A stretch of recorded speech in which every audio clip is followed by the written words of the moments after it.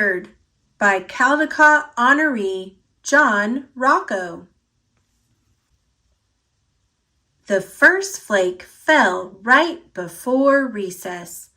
It was followed by many, many more. The wind whipped up and school closed early. Yay! By the time my sister and I got home, the snow was already over our boots. The snow continued to fall through the night, and I thought it would never stop. The next morning, the snowdrifts were so high we couldn't open our front door.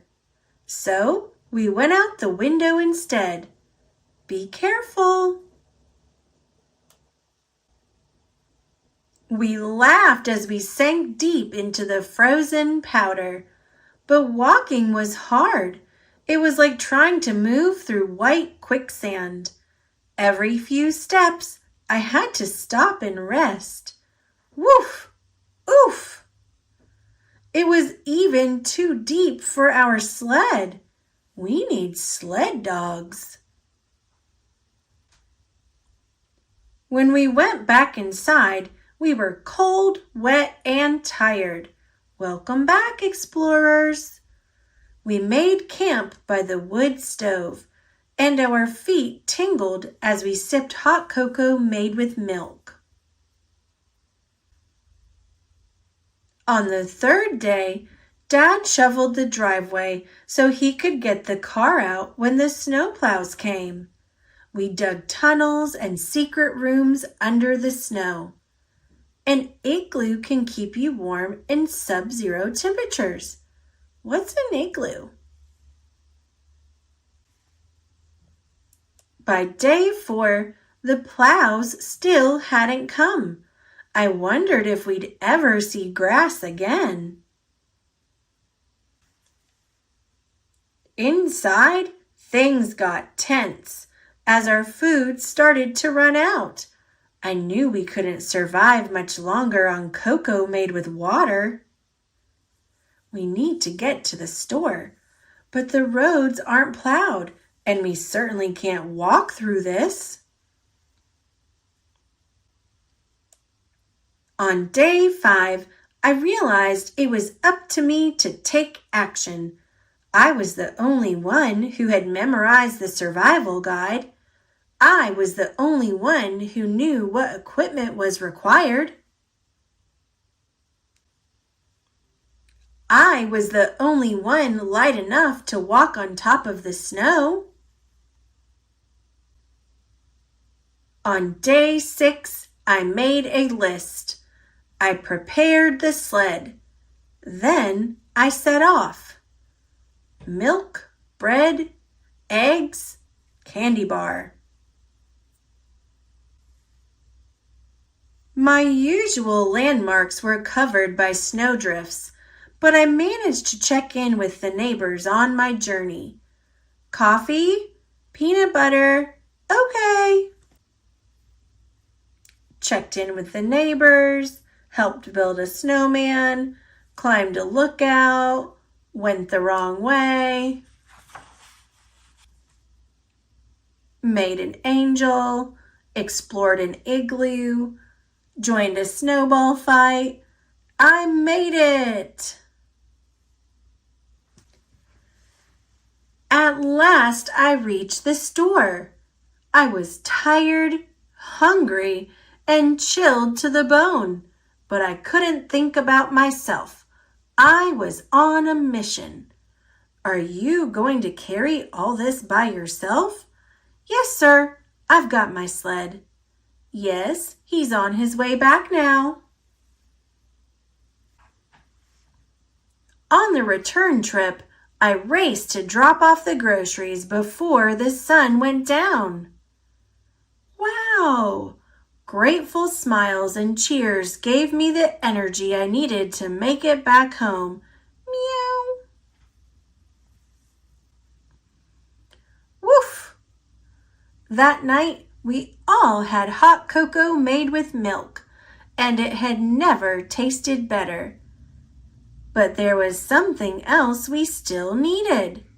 It was a perilous journey.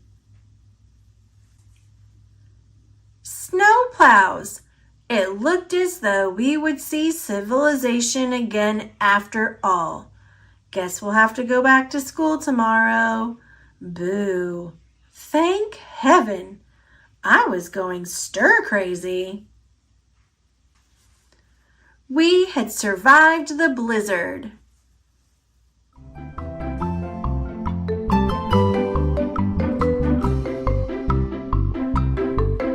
Thanks for watching.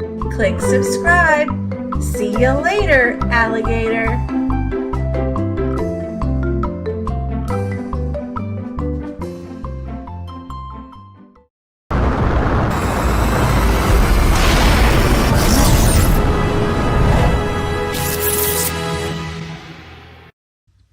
Danger at the Diesel Works. Illustrated by Tommy Stubbs.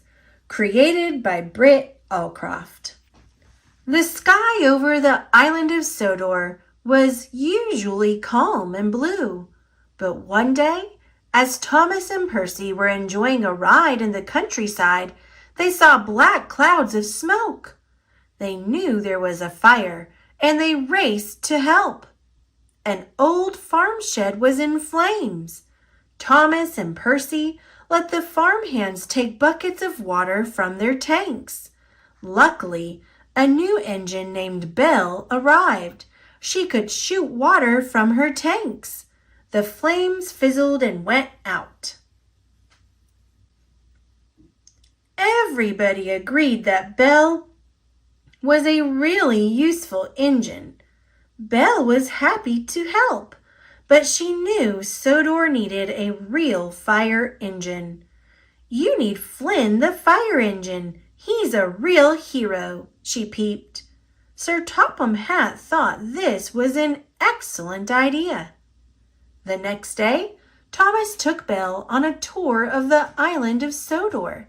They visited Brendam Docks, Knapford Station, and Thomas's branch line. Belle liked everything she saw. Thomas and Belle didn't ask Percy to go with them on the tour. Diesel noticed that Percy was lonely and slid up next to him. Thomas is very busy with that new blue engine, Diesel hissed. He invited Percy to visit the Diesel Works. Percy wasn't sure he should go to the Diesel Works. Thomas always said steamies shouldn't puff there. But Thomas didn't seem to care about Percy lately. Percy slowly rolled to the Diesel Works. His axles tingled.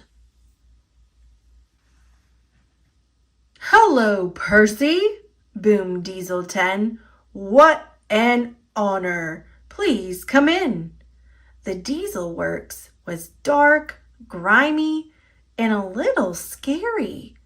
But the engines were all very nice, especially Den and Dart. They fixed the diesels, but they didn't even have a crane. "You could tell Sir Topham Hatt you need a new Diesel Works," puffed Percy. "He doesn't listen to diesels," said Diesel 10.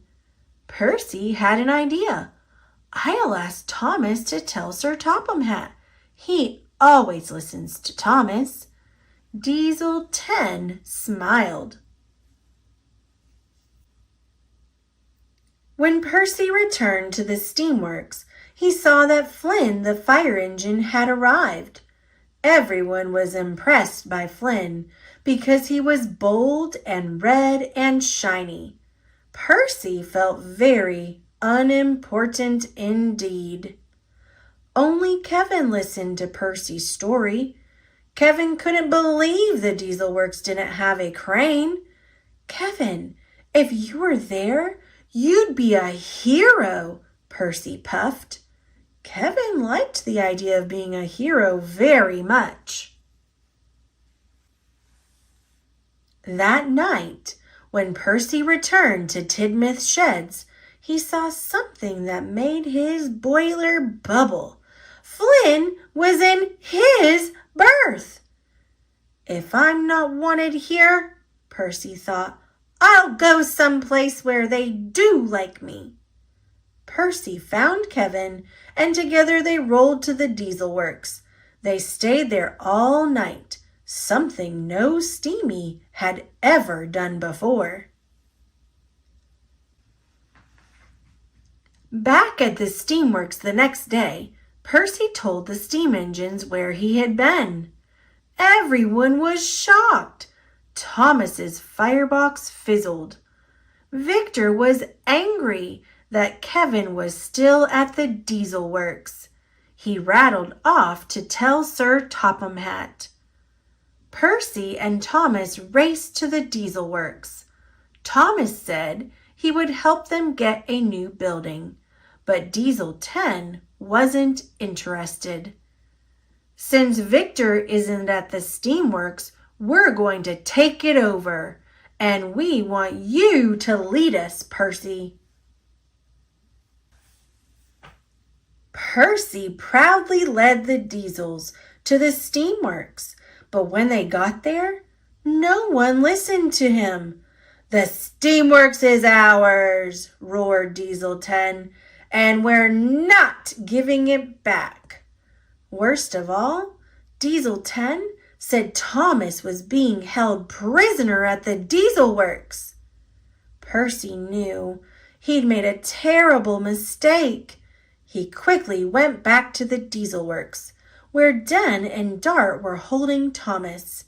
As Percy screeched to a stop, sparks from his wheels started a fire. Now he had to save Thomas and put out a fire. Percy knew that only one engine could help him now. He raced to find Flynn, the fire engine. Percy found him at the Sodor Search and Rescue Center. With pistons pumping, the two engines puffed to save Thomas.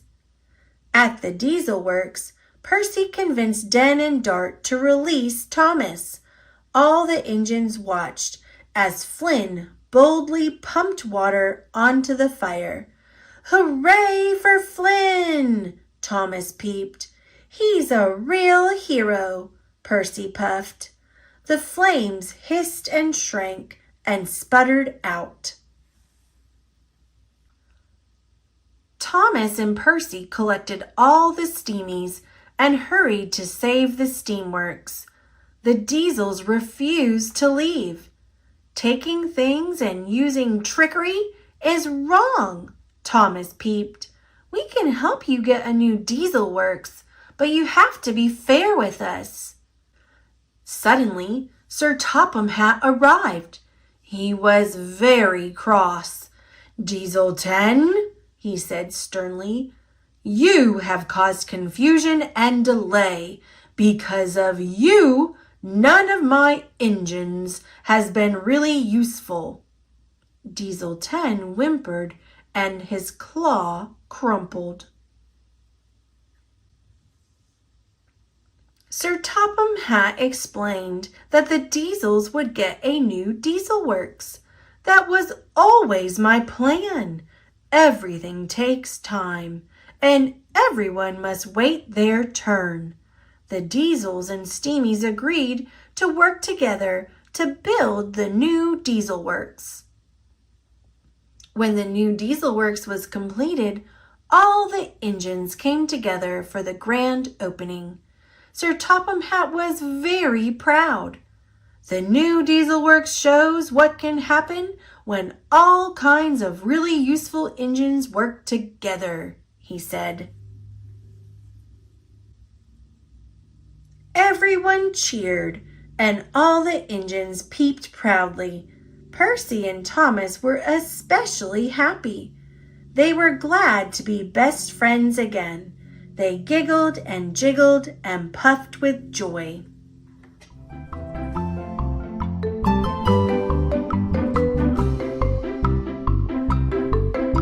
Thanks for watching. Click subscribe. See you later, alligator.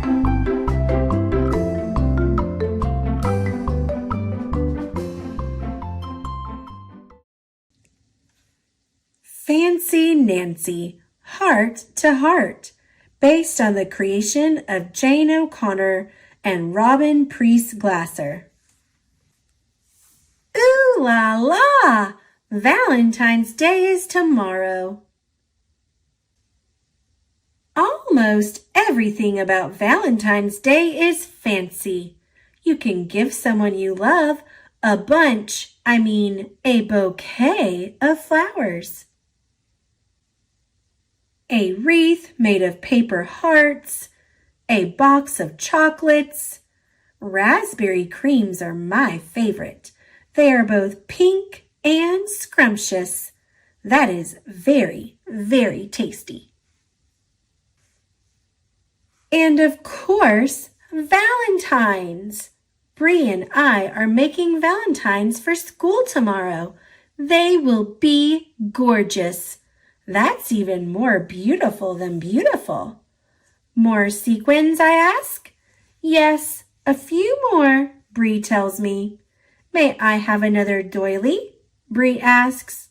I think doilies make anything look fancier. Magnifique, I say. That's French for magnificent. You say it like this. Magnifique. I walk back to my house. There is something tucked in the door. It is for me. Inside the envelope is a large valentine. It has fuchsia glitter all over it. That's my favorite color. The valentine must be from someone who knows me very well. But who? I must solve this valentine mystery. First, I put on a mystery-solving ensemble. Then I make a list of suspects. The valentine cannot be from Bree. We were together all day. Robert could not have done it. He is home with a sore throat. My grandparents already sent me valentines. Maybe I have a secret admirer. An admirer is someone who thinks you're really great. Now I need to find a clue. Suddenly, something on the floor sparkles. Fuchsia glitter. There is a trail. Mystery solved. My sister is my secret admirer. I give her a very big hug. I tell her the valentine is magnifique. Then I give her a valentine and the last raspberry cream chocolate.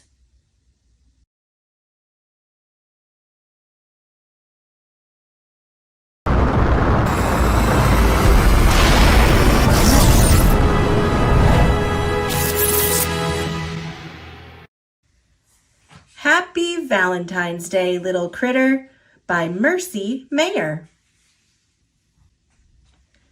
Today is Valentine's Day, and I'm really excited because my class is having a big Valentine's Day party.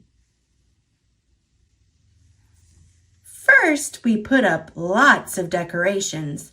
I was in charge. I stuck red hearts everywhere, and Tiger hung up the streamers. Don't the decorations look great, Miss Kitty? Then in art class, we made special Valentine's Day mailboxes. Everyone hoped they'd get lots of valentines. I wanted to make my mailbox really special. Ta-da! At lunch, we had a special Valentine's Day surprise for dessert. Cupcakes! Yum, yum! Gabby gave me one that said Best Pals. At recess, I worked on Valentines for my family. I made an extra special one. For my extra special Valentine. After recess, we exchanged secret cupids. I wonder who my secret cupid is. Thank you, Bun Bun. It was time to deliver our Valentines. I gave one to everybody, even Miss Kitty. Then I checked my mailbox to see if I got any Valentines. And guess what? I did. When I got home, I gave the special Valentine I made to my special Valentine. Happy Valentine's Day, Mom!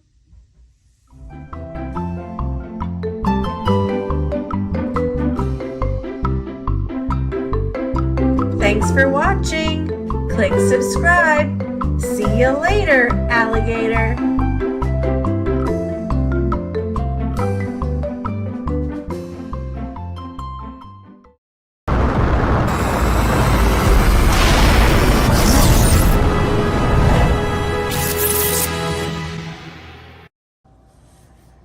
The Very Hungry Caterpillar's First Winter. There are so many ways to spend a chilly snow day. Indoors where it's cozy, or outside for some play. Watch icicles form and snowflakes flurry. There's fun to be had outside if you hurry. Bundle up with a coat and a hat to stay warm when the cold wind blows in a frosty snowstorm. Slip and slide across ice that's smooth to the touch. Jump around and splash in a pile of snow slush. Footsteps go crunch and red cardinals sing. Can you guess what's baking when the oven goes ding? The smell of cinnamon swirls through the air. These treats were baked with love and care.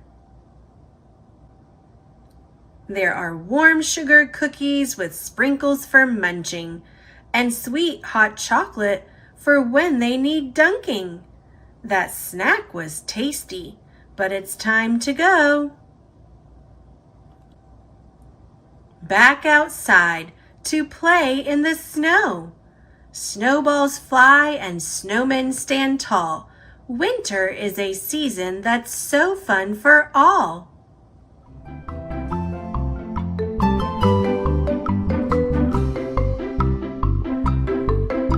Thanks for watching. Click subscribe. See you later, alligator.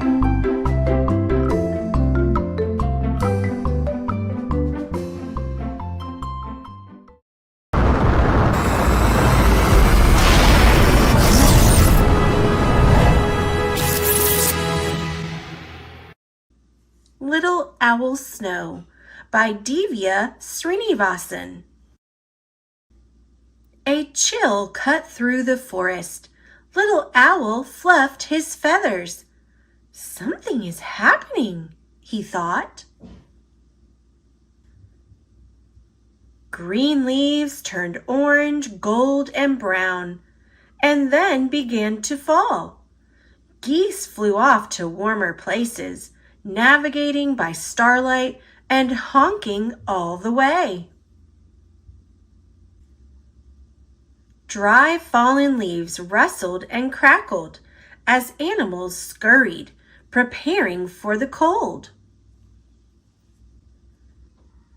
Bear was eating all day and into the night.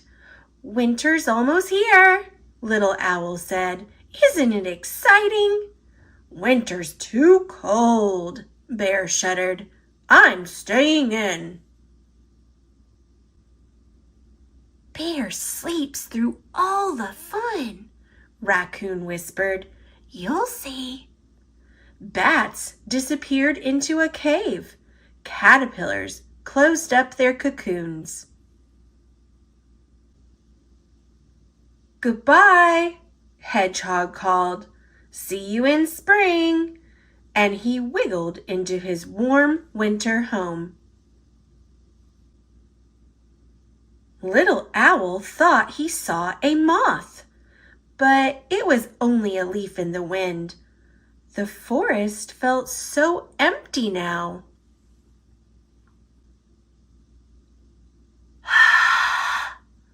The friends were making fog when it happened. Snow! Soon the forest was blanketed in snow, its crystals glinting in the light. Tracks began to appear. Not everyone was hidden away.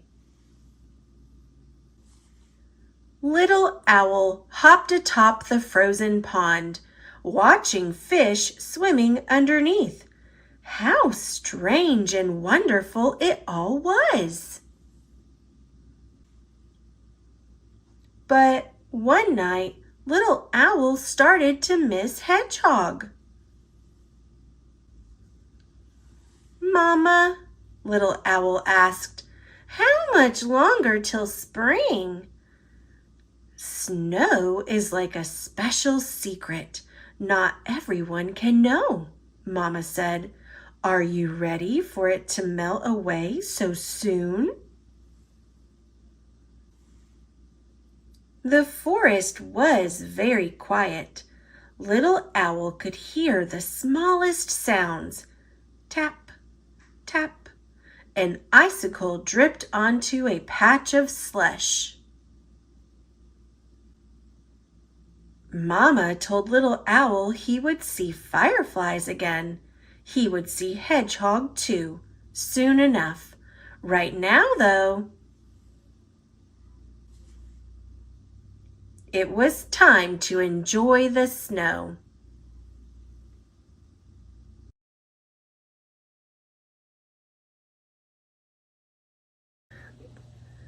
Thanks for watching. Click subscribe. See you later, alligator.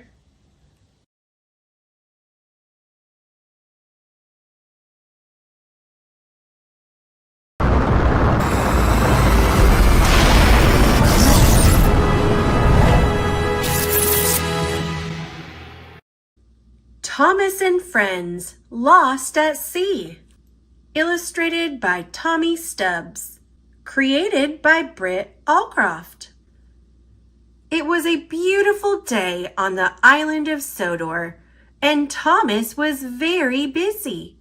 A new search and rescue center was being built, and there was a lot of work to do. The rescue center would be a place to help people in trouble. Plus, Harold would have a new landing pad. Captain would get a dock, and Rocky would finally get his own shed. The Search and Rescue Center will be made of the strongest wood of all, Joby wood, said Sir Topham Hatt. It will arrive today at Brendam Docks. Diesel wanted to show off and move all the Joby wood by himself. But when he did, the flatbeds holding the wood skipped off the track and over a steep cliff. Thomas saved Diesel, but all the wood splashed into the ocean below. As a reward, Thomas was given the job of going to the mainland to get more Joby wood. But the next day, the dock manager told him there was no room on the steamboat. Then Thomas saw a raft. "The ship could pull me on that," Thomas puffed. The engines whistled and wheeshed farewell to Thomas. He peeped goodbye to them. Then, with a long, low hoot of its horn, the big steamboat set out to sea, pulling Thomas on the raft. Thomas was far out at sea when darkness started to fall. Suddenly, he heard a creak and felt the raft lurch. "Fizzling fireboxes!" he peeped. "The chain to the steamboat has snapped!" Nobody heard Thomas whistle and peep for help as the steamboat chugged away. Waves rocked the raft.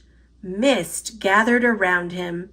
Thomas was alone and very, very worried. "How will I get home?" Thomas wondered. The next morning, Thomas found himself on a strange island. It was misty and quiet, and he didn't see any other engines. "There must be a big dock and some ships," he said to himself. "If I find them, I can sail back to Sodor." Thomas searched all over the island. He found many twisty tracks and thick, scratchy bushes. There was even a tunnel through an old fallen tree. But he didn't find a dock or anyone who could help him. Meanwhile, on Sodor, Sir Topham Hatt learned that Thomas was missing. Everyone stopped working on the search and rescue center and started looking for their lost friend. Sir Topham Hatt and Captain raced out to sea. The engines searched all over Sodor, and Harold took to the sky. Thomas was beginning to worry that he wouldn't find anyone to help him when he met 3 engines named Bash, Dash, and Ferdinand. They worked in an old logging camp. "We're the logging locos," puffed Dash. "You're on Misty Island," huffed Bash. Then Thomas made an incredible discovery. "Bumpers and buffers! These are Joby logs. That's the wood we need to build the Sodor Search and Rescue Center." Thomas told the logging locos about the rescue center. They agreed to help him load the wood. But Bash, Dash, and Ferdinand liked playing games more than they liked loading logs, and they really loved bouncing on the wibbly-wobbly shake-shake bridge. Thomas definitely did not enjoy bouncing on the bridge. Old Wheezy, the giant log loader, wasn't much help either. He wanted to throw wood instead of stacking it. Thomas thought the work would never get done, but after a day of biffing and bashing, the Joby wood was ready to go. "Now how will I get these logs back to Sodor?" Thomas peeped. Luckily, Bash knew a way. Bash told Thomas about a dangerous old tunnel that connected Misty Island to Sodor. "I know all about tunnels," Thomas puffed. "It won't be dangerous." So, pushing their flatbeds, the logging locos followed Thomas into the dark and twisty tunnel. Suddenly, there was trouble. Boom! Crash! Rocks tumbled down around the engines. The tracks were blocked. Thomas and the logging locos were trapped. "I feel air on my funnel," Ferdinand peeped. Dash spotted a hole in the roof of the tunnel. "Huff your hardest," he said to Thomas. "Someone will see your steam." Thomas thought that was an excellent idea and excitedly started puffing. Back at Brendam Docks, Percy saw 3 puffs of steam in the sky. His firebox fizzed. "It's Thomas!" Percy peeped to Whiff. "He's on Misty Island." Whiff knew about an old tunnel that led to Misty Island. "Follow me," he puffed. Percy and Whiff raced through the tunnel and found the cave-in. "Watch out, Thomas," Whiff huffed. "Percy and I are going to push through the rocks." With that, Percy and Whiff rocked and rolled and pumped their pistons. Then they crashed through the rocks. Thomas and the logging locos were saved. Sir Topham Hatt was very happy that Thomas and his new friends were safe, and with all that new Joby would, the rescue center would be finished in no time. Today is a special day made possible by very special engines, Sir Topham Hatt announced at the opening of the Search and Rescue Center. All the engines peeped, and Thomas's pistons pumped with pride.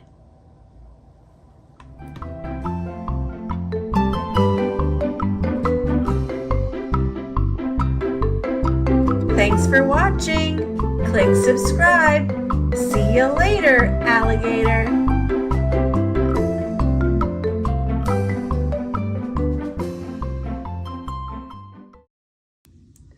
Love is My Favorite Thing by Emma Chichester Clark. I am Plum, but I love being called Plummy, and love is my favorite thing. I love all kinds of weather, especially wind, but I don't really love rain. I love snow, and I love sun.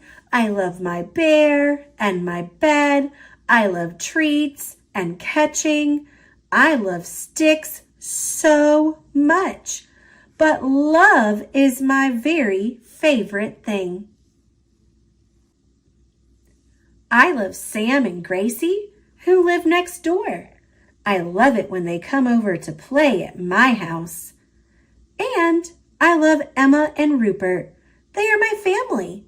I love it when they say, "You are a very good girl, Plummy." Then I feel loved all over. I love the park and my friends. I love the grass and the trees. I love it when Emma says, "Good girl, Plummy," when I do a poo as if it's so clever. I know it means she loves me, and love is my favorite thing. But this morning, everything went wrong. When Emma said, "Don't go in the pond, Plummy," I wasn't listening. "No, Plum." I heard Rocket say, "Come on, Plum, come on. Come back, Plum." "No, Plum." And I just couldn't help it. I really couldn't. "Plum, come back. Water is one of my other favorite things.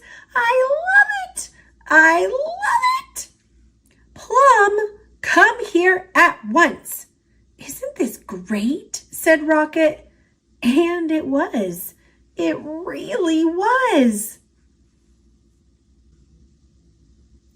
Until Emma arrived. "Bad girl," she shouted. And I knew I'd made a big mistake. She marched me home. Sam and Gracie heard what I'd done. "Oh, Plum," said Gracie. "Oh, Plum," said Sam. "Will they still love me?" I ran to find them a present, but I only found a cushion. When Gracie tried to take it, I just couldn't help it. I really couldn't. Tug of war is my favorite game. I love it. I love it. No, Plum, cried Gracie. No, no, Plum, cried Sam. They were pulling, and I was pulling. Then I was flying, and suddenly, Plum! Shouted Emma. Very bad girl, she said. Time out for you, said Emma, and I realized I made a big mistake. Oh, Plum, said Gracie.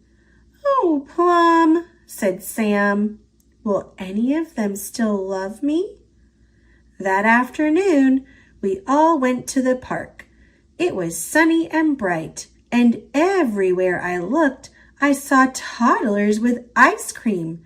Plummy, said Emma, that's not for you. But I really love ice cream. I know what it tastes like, and I love it. Come on, Plum. I just love it. And toddlers are always dropping things. They drop things right in front of me, and I just couldn't help it. I really couldn't, so I grabbed it. Plum! Cried Emma. Then everyone was running and everyone was chasing.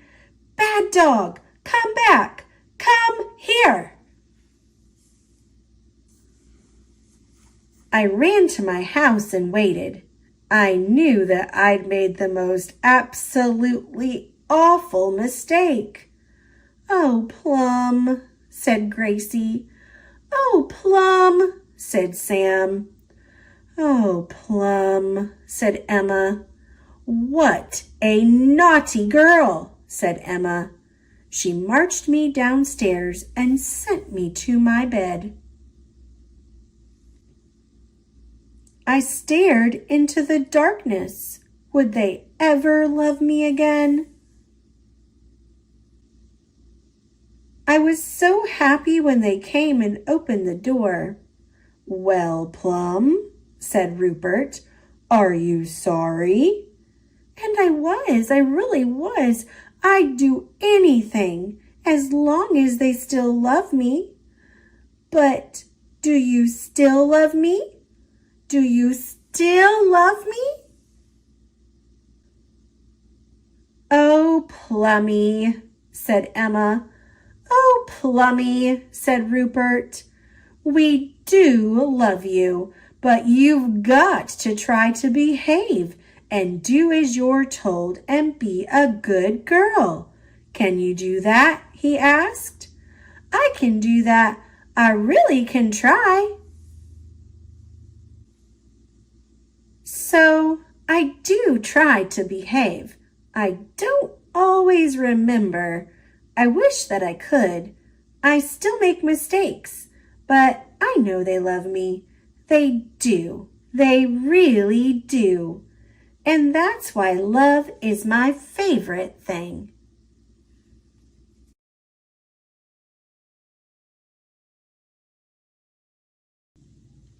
Love Monster by Rachel Bright. This is a monster. Hello, monster. I think you'll agree, he's a little bit funny looking, to say the least. He lives in a world of cute, fluffy things, a official pile of extreme cuteness, which makes being funny looking pretty darn hard. You might have noticed that everybody loves kittens and puppies and bunnies, you know, cute, fluffy things. But nobody loves a slightly hairy, I suppose a bit googly-eyed monster. Poor monster. This might be enough to make a monster feel, well, a bit down in the dumps.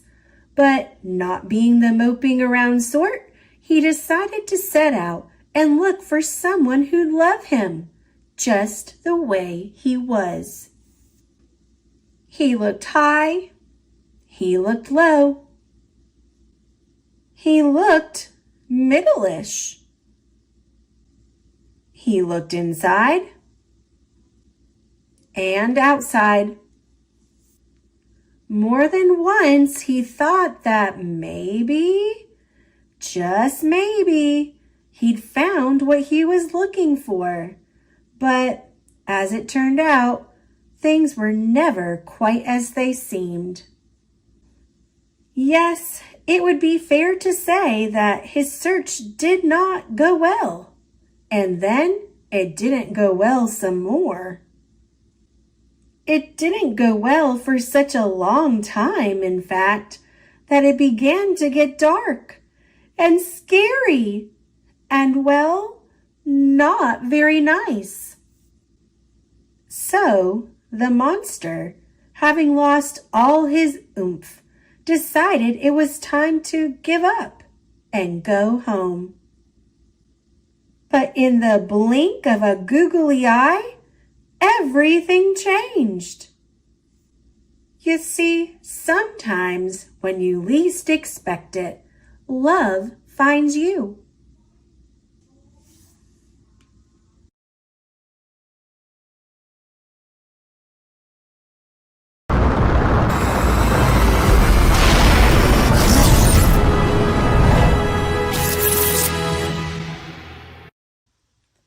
Mr. Goat's Valentine by Eve Bunting and illustrated by Kevin Zimmer. Mr. Goat read the headline in the Goat Times. It's Valentine's Day. He dropped his newspaper, jumped up, got his wallet and his cell phone, and put on his bird's nest hat. I'm off to show my first love how much she means to me, he told his cat Beatrice. Meow, Beatrice said, and yawned. On the way, Mr. Goat passed Miss Nanny Goat's weed stall. I'll have a mixed bouquet, Mr. Goat said. Crabgrass, pigweeds, and ragweed in that nice rusty can. They are for my first love. She's fond of a ragweed salad. She will like the can, too, Miss Nanny Goat told him. Mr. Goat nodded. Cans are tasty with a sprinkle of salt. He had only gone for a few more steps when he smelled a delightful smell. Mr. Pygmy Little Goat had a stall under a tree. He was selling his delicious rotten eggs. He had opened one as a sample. It lay on his counter, black and oozing. Rotted for 2 years, he told Mr. Goat. Guaranteed foul and disgusting. Mr. Goat drooled. I'll take 4, 2 for my first love and 2 for me. We always share. He watched as Mr. Pygmy Little Goat arranged them in a red box and tied the box with a pretty red ribbon. Perfect, Mr. Goat said. They are so ripe I can smell them even through the shells. My first love and I will share the pretty red ribbon for dessert. He walked on, breathing in the delightful smell of rotten eggs with every step. Miss Skunk came by with her perfume cart. She sniffed hopefully. What is that delicious smell? She asked. Rotten eggs, Mr. Goat said. Miss Skunk smiled. They smell like me. May I try one? Sorry, Mr. Goat wound his front legs around his egg box. These are for my first love. It's Valentine's Day. Miss Skunk cocked her head. Do you have a Valentine's card for her? No, I have presents. Too bad. For Valentine's Day, you need a card. Miss Skunk sprayed Mr. Goat. This is for you, Mr. Goat. You'll smell nice for her.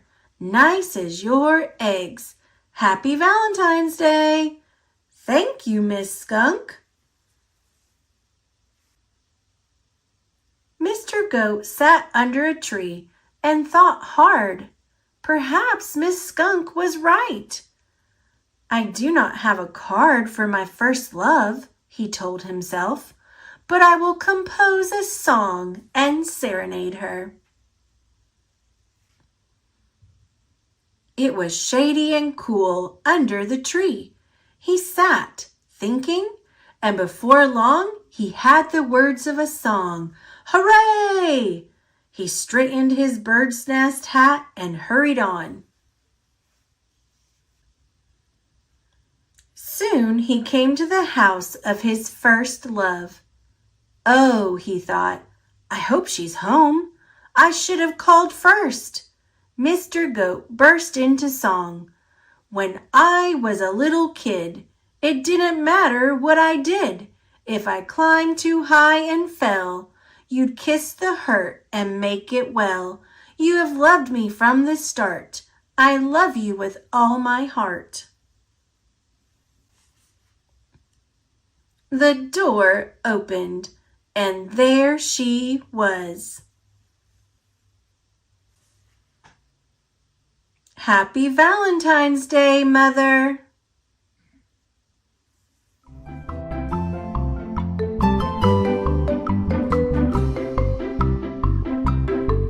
Thanks for watching. Click subscribe. See you later, alligator.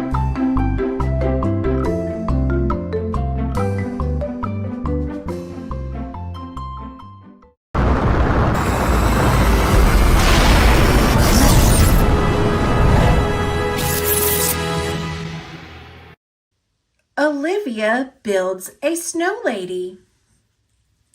Adapted by Farrah McDougall, based on the screenplay written by Gabe Pulliam, illustrated by Guy Wolick. Something very special is happening this weekend, Mrs. H said. Does anybody know what it is? Harold raised his hand. My mom is taking me to get long underwear? No, not that, said Mrs. H, as the class giggled. Olivia raised her hand. I know, she said. It's the Maywood Winter Festival. That's right, replied Mrs. H. And what, or should I say, who, is the most important part of the Winter Festival? The snowman, the class answered all together. Every year, someone new is put in charge of building the snowman for the Winter Festival. It is a very special honor. This year, our class will be in charge of the snowman, Mrs. H announced. What kind of snowman should we make? There were so many ideas. A snow clown, suggested Francine. Twin snowmen, suggested Otto and Oscar. A snowman who is perfect and small, just like me, suggested Daisy. Olivia had an idea. I wonder, she thought, how about a snow lady? The biggest snow lady the town has ever seen, said Olivia. Everyone cheered.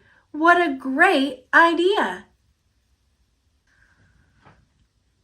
The next day, Olivia met up with Francine and Harold to build the snow lady. Thanks for helping, Olivia said to her friends. No problem, said Francine. But what is that? She asked, pointing to a loud machine that Ian and Father were tinkering with. "Oh, that's my mom's cotton candy machine," Olivia explained. "Ian wants to sell cotton candy at the festival." "Now, let's get down to business," Olivia continued. She rolled out a blueprint for Harold and Francine to see. "Here's the plan." Olivia, Francine, and Harold got to work. Harold went to find things to make the snow lady's face. Olivia and Francine rolled some snowballs. The snowballs got bigger and bigger until they were giant size. "Wow, these snowballs are huge," said Francine. "There's no way we can lift another snowball all the way up there." "Who said anything about lifting it?" replied Olivia. "We'll use a ramp." "Now prepare to launch," Olivia called to Francine after they had constructed their ramp. Just as Olivia launched the snowball, Harold showed up, holding a big carrot and lumps of coal. "Look out!" called Olivia and Francine, but it was too late.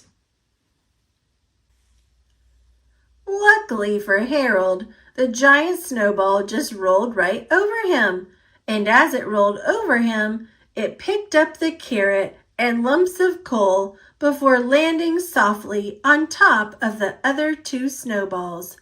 "Wow! She's as big as a dinosaur," said Ian. "The snow lady is beautiful," added Father. "Building a snow lady is hard work.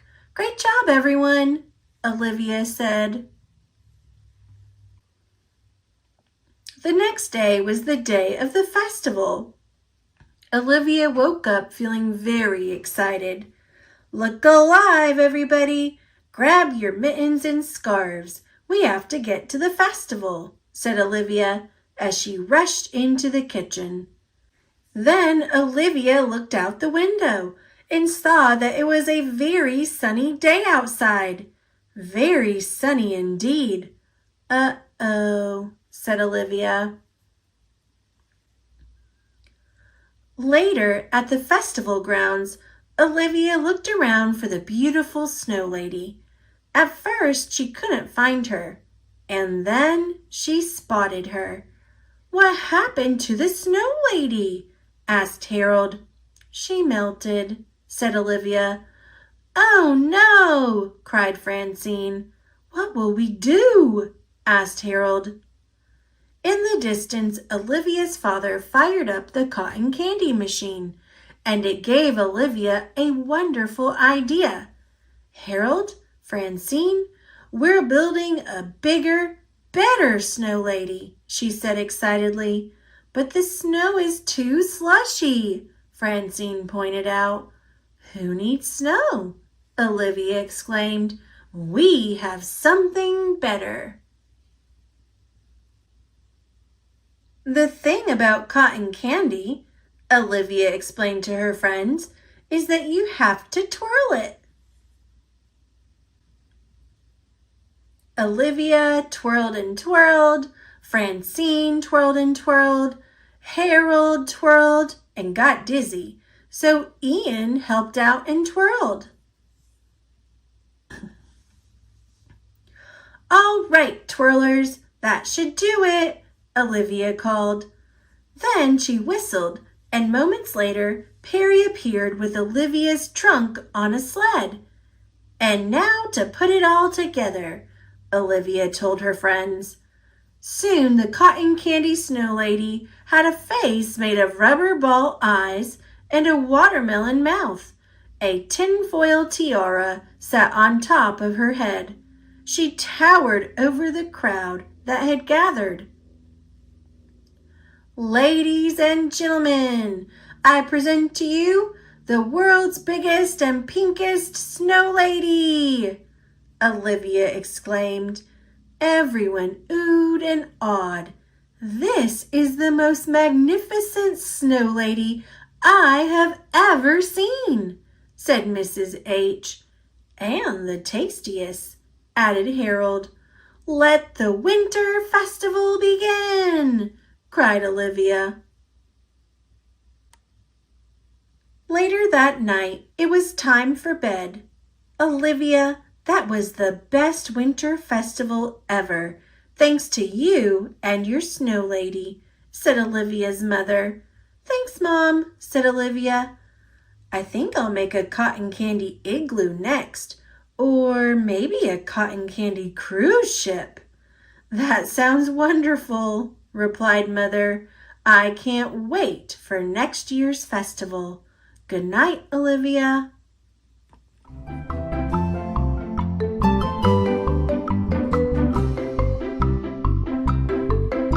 Thanks for watching. Click subscribe. See you later, alligator.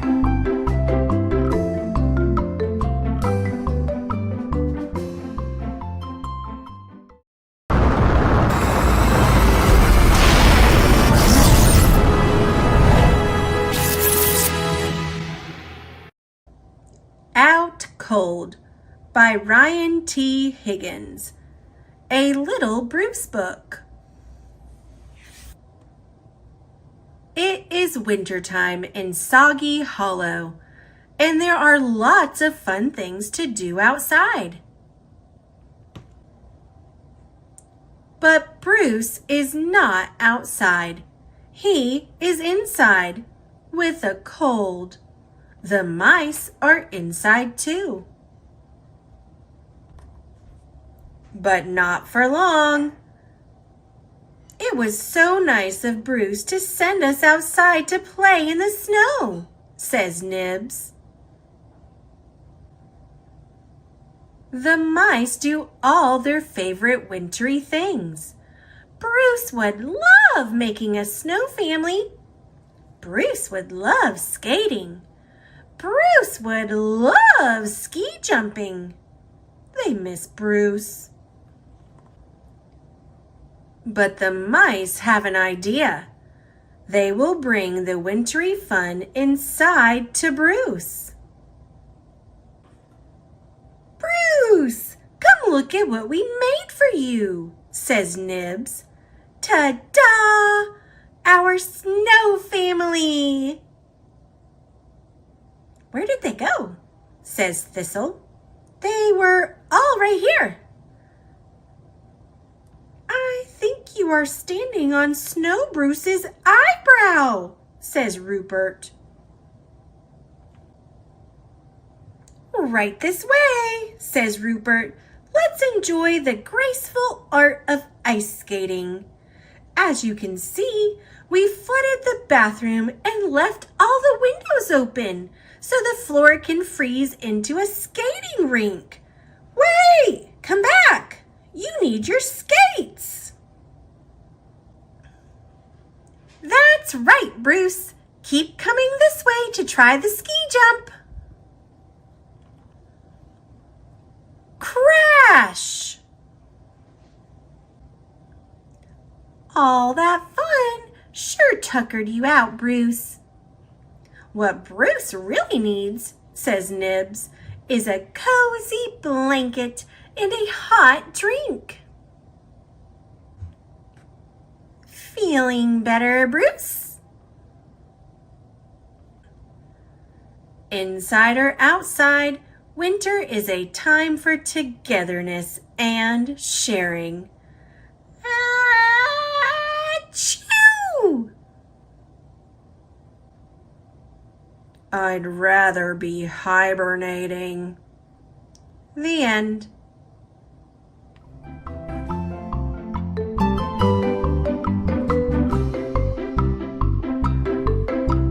Thanks for watching. Click subscribe. See you later, alligator.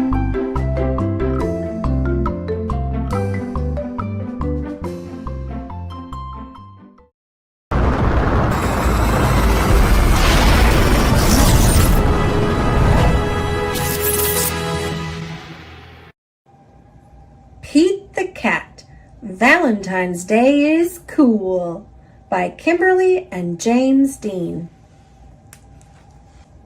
I meow you. It was the day before Valentine's Day, and Pete was riding his skateboard home when he saw his friend Callie. She was holding a big red heart that said, "Love." "Have you finished your Valentine's Day cards?" asked Callie. "No, Valentine's Day is not cool," Pete said. "Oh, Pete, Valentine's Day is my favorite holiday. It's a day to tell people how special they are to you," Callie insisted. Pete skated on, but something in the back of his mind told him that Callie might be right. By the time Pete got home, he had decided that Callie was right about Valentine's Day. So he got out his pencils, paper, crayons, and markers, and sat down at the kitchen table. First, Pete started to work on a card for his friend Larry. Pete made several cards with big red hearts, but he was not happy with his work. Pete wanted to make the perfect cards for every cat in his class. "I'll never get all these cards done in time," Pete told his mom. Pete's mom smiled. "Just do your best," she said. "Just tell Larry why he is cool. There is something cool about every cat." Pete got back to work. He thought hard about what was cool about Larry. To Larry, "Happy Valentine's Day from Pete." "Perfect," Pete said. After that, it didn't take Pete long to make cards for all the boys. To Josh, to Trey, to Rob, to John. Then Pete made special cards for all the girls and wrote "Love Pete" on each one. And of course, he made the biggest heart-shaped card for his mom. The next day, Pete and Callie waited for the bus together. "I decided you were right. Valentine's Day is cool." "That's awesome," Callie said. "By the way, I am having a Valentine's Day party at my house after school if you want to come." The bus pulled up then, and Pete and Callie got on. Mr. Ted, the bus driver, smiled and said good morning, but as soon as they were in their seats, Pete put his head in his paws. "What's wrong?" Callie asked. "I forgot to make a card for Mr. Ted," he cried. Then Pete thought, "But I can make him an awesome card before we get to school." Pete pulled out a piece of paper and colored pencils from his backpack. He began to draw. "Happy Valentine's Day! Thanks for picking us up every day for school," Pete and Callie said as they handed Mr. Ted his Valentine. "Thank you," Mr. Ted told them. "You just made my day." "What about Mrs. Gold, the crossing guard? We need to make her a Valentine too," Pete practically shouted. "Let's do it," Callie said. "Let's make Valentines for everyone." Pete and Callie got super busy making cards for everyone. To Mrs. Gold, "Happy Valentine's Day." After school, Pete went to Callie's party. He rang the bell, and then he froze. Callie opened the door only to find her friend in a panic. What's wrong, Pete? I forgot something very important, Pete admitted. What? Callie asked. I just realized I forgot to make a card for you, Pete said. That's okay, Pete. Cards are just a way of showing you care. Hanging out with you, that's way better than any card. This is the best Valentine's Day ever. And happy Valentine's Day to you. Love, Pete.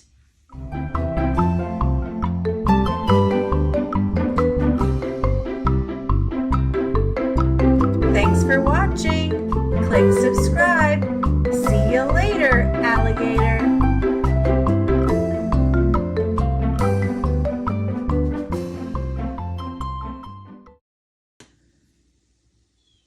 Pinkalicious, Pink of Hearts by Victoria Can.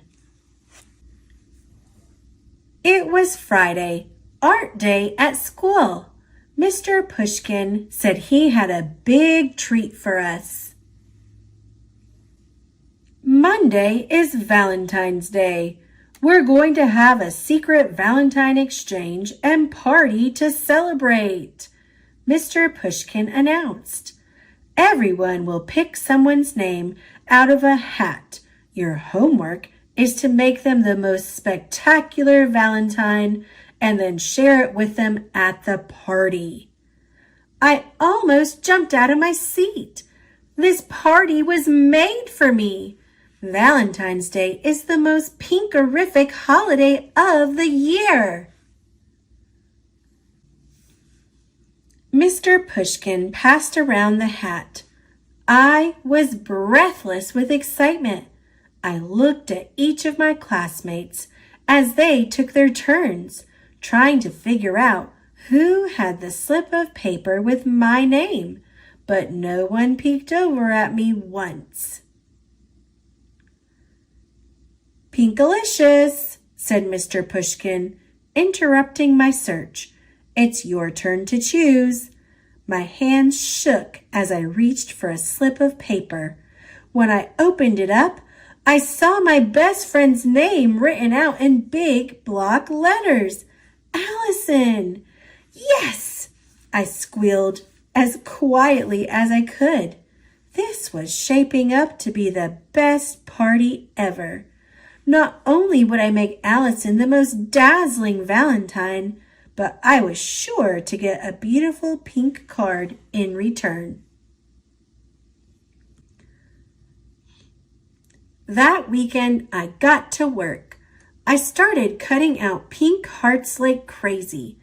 Yuck, said Peter when he saw the mess I had made. It looks like a pinkstye in here.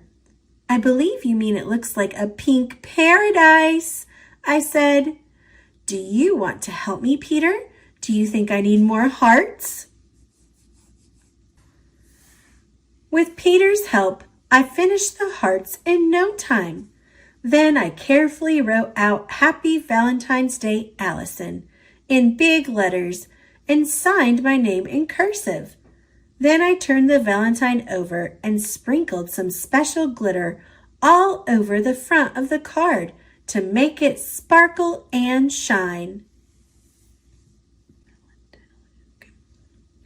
I even squirted a little pink perfume to give it that extra special touch.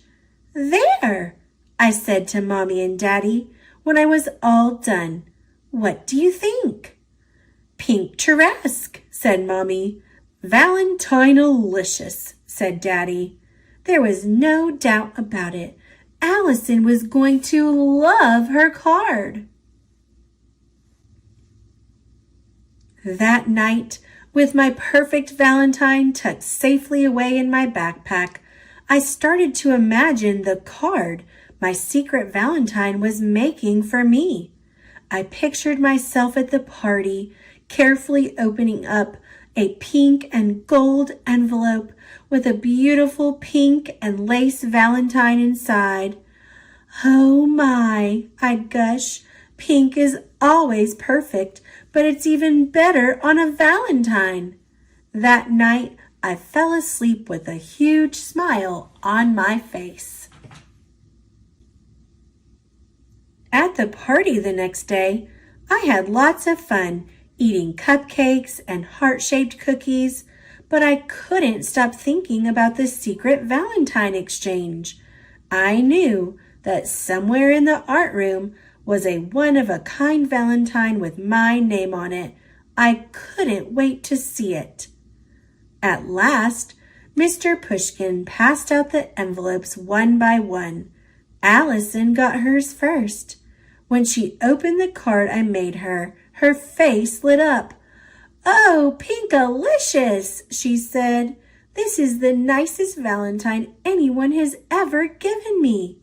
I gave her a quick squeeze. Then Mr. Pushkin handed me a plain white envelope. It had my name printed on it, but it looked nothing like what I had imagined. I opened it up slowly. Inside was a regular piece of paper, folded in half, with one very small pink heart on the cover. On the back was the name of the person who had made it for me, Allison. I couldn't believe it. I had worked so hard on my Valentine for Allison, and all I got in return was something plain and simple. It looked like it had taken her no time at all to make it. My feelings were so hurt. I didn't know what to do. I turned around so that Allison wouldn't see me. As I tried to move away, the card slipped out of my hand and fell open on the floor.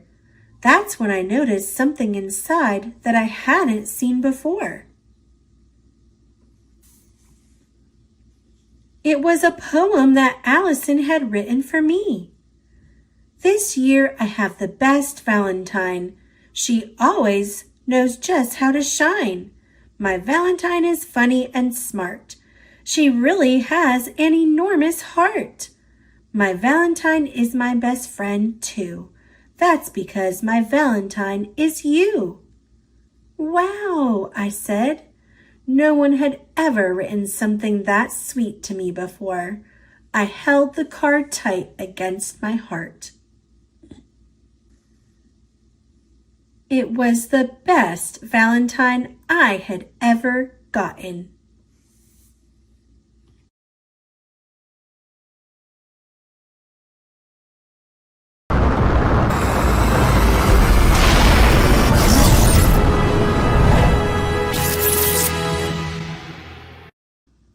Pip and Squeak by Ian Schoner. Squeak pinched Pip, and Pip squeaked. "We're late," said Squeak. "Don't forget the gift for Gus." "Snow!" said Squeak. "Get the sled." "Step on it, Pip." Lickety-split. But then Squeak squinted at Pip. "You forgot the cheese," she said. "Now what will we give Gus?" "Something better?" Pip whispered, and he slunk off to find it. "This is great for Gus," said Pip. "Not as great as cheese," scoffed Squeak. "Gus will love this," said Pip. "Is it full of cheese?" Squeak snorted. Just then, Pip saw something. It was orange. It was big. "It's cheese!" "Pip, squeaked Squeak. Squeak scrambled down and pulled Pip up. "It's not cheese after all," sniffed Pip. "We can still give it to Gus," said Squeak. "He probably won't like it," said Pip. But Gus thought it was perfect.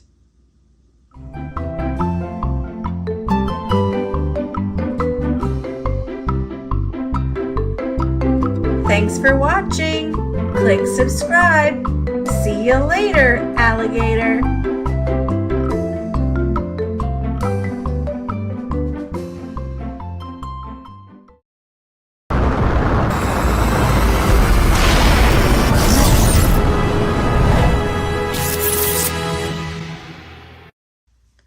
President's Day by Anne Rockwell. Pictures by Lizzie Rockwell.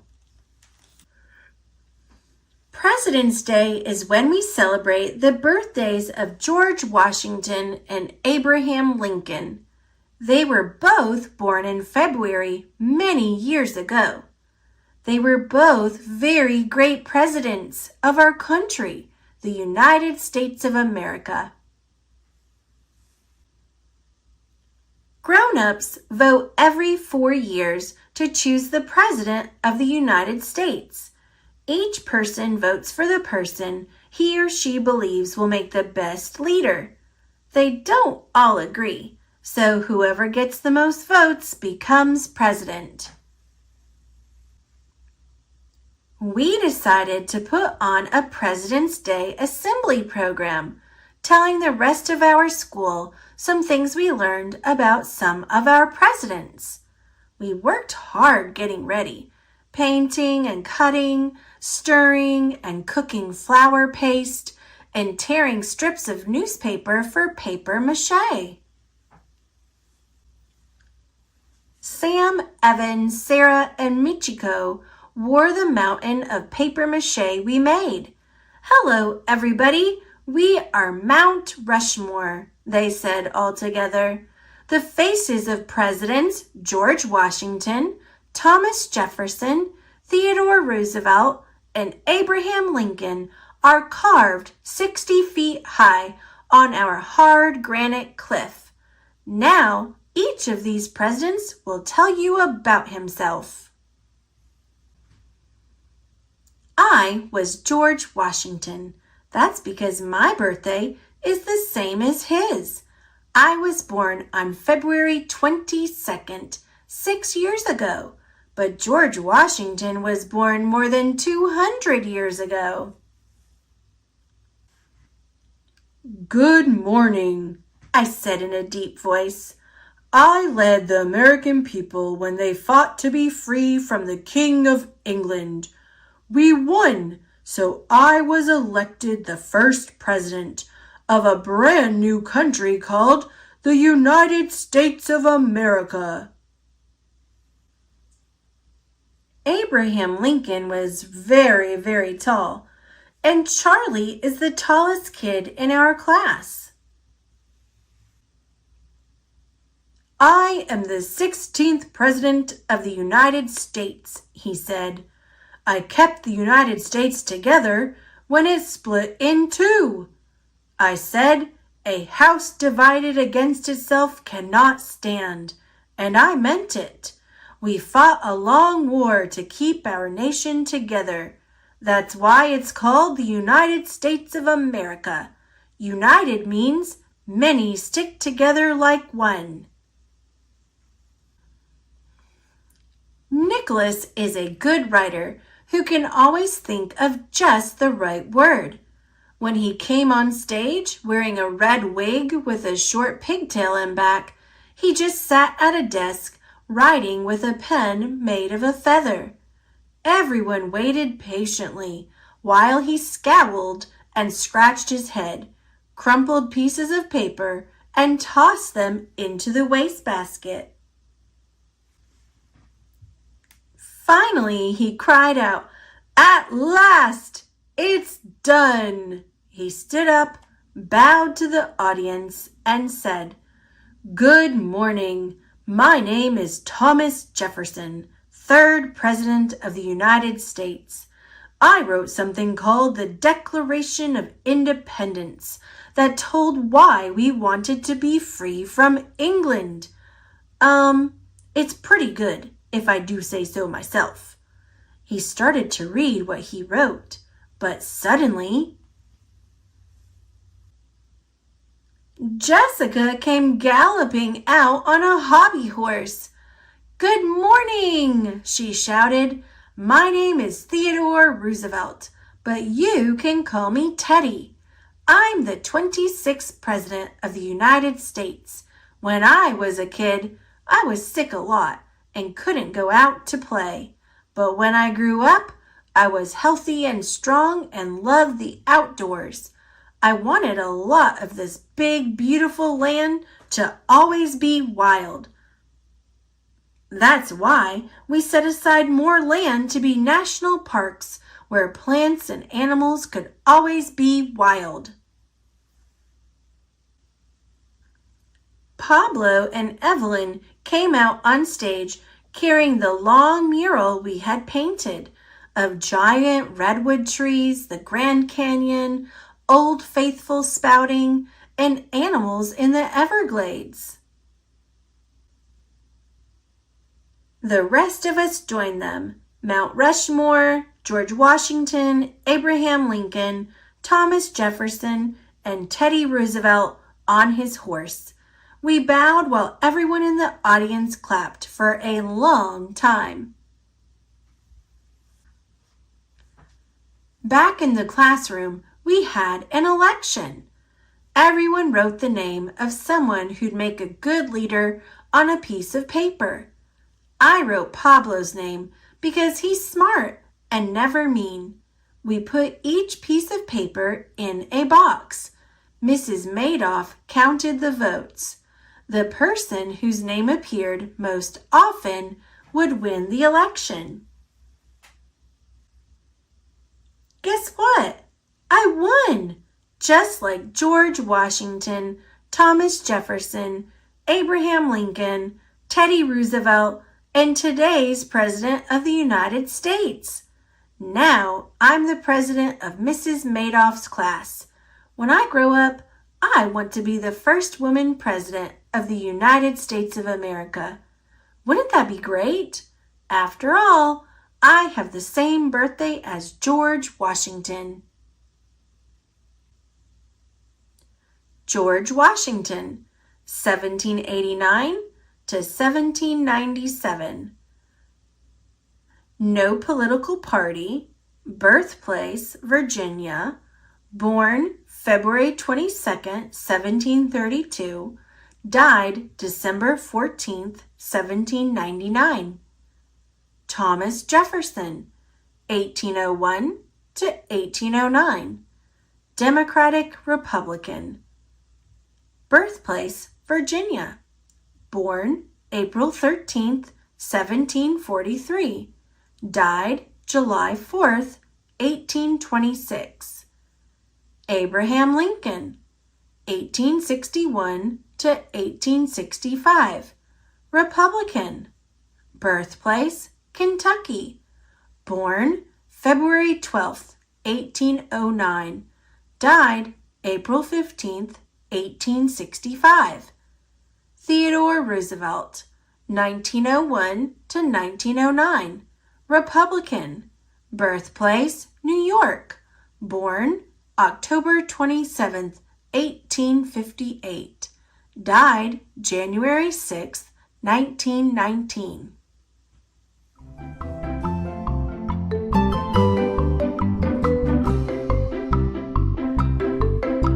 Thanks for watching. Click subscribe. See you later, alligator. Thanks for watching. Click subscribe. See you later, alligator.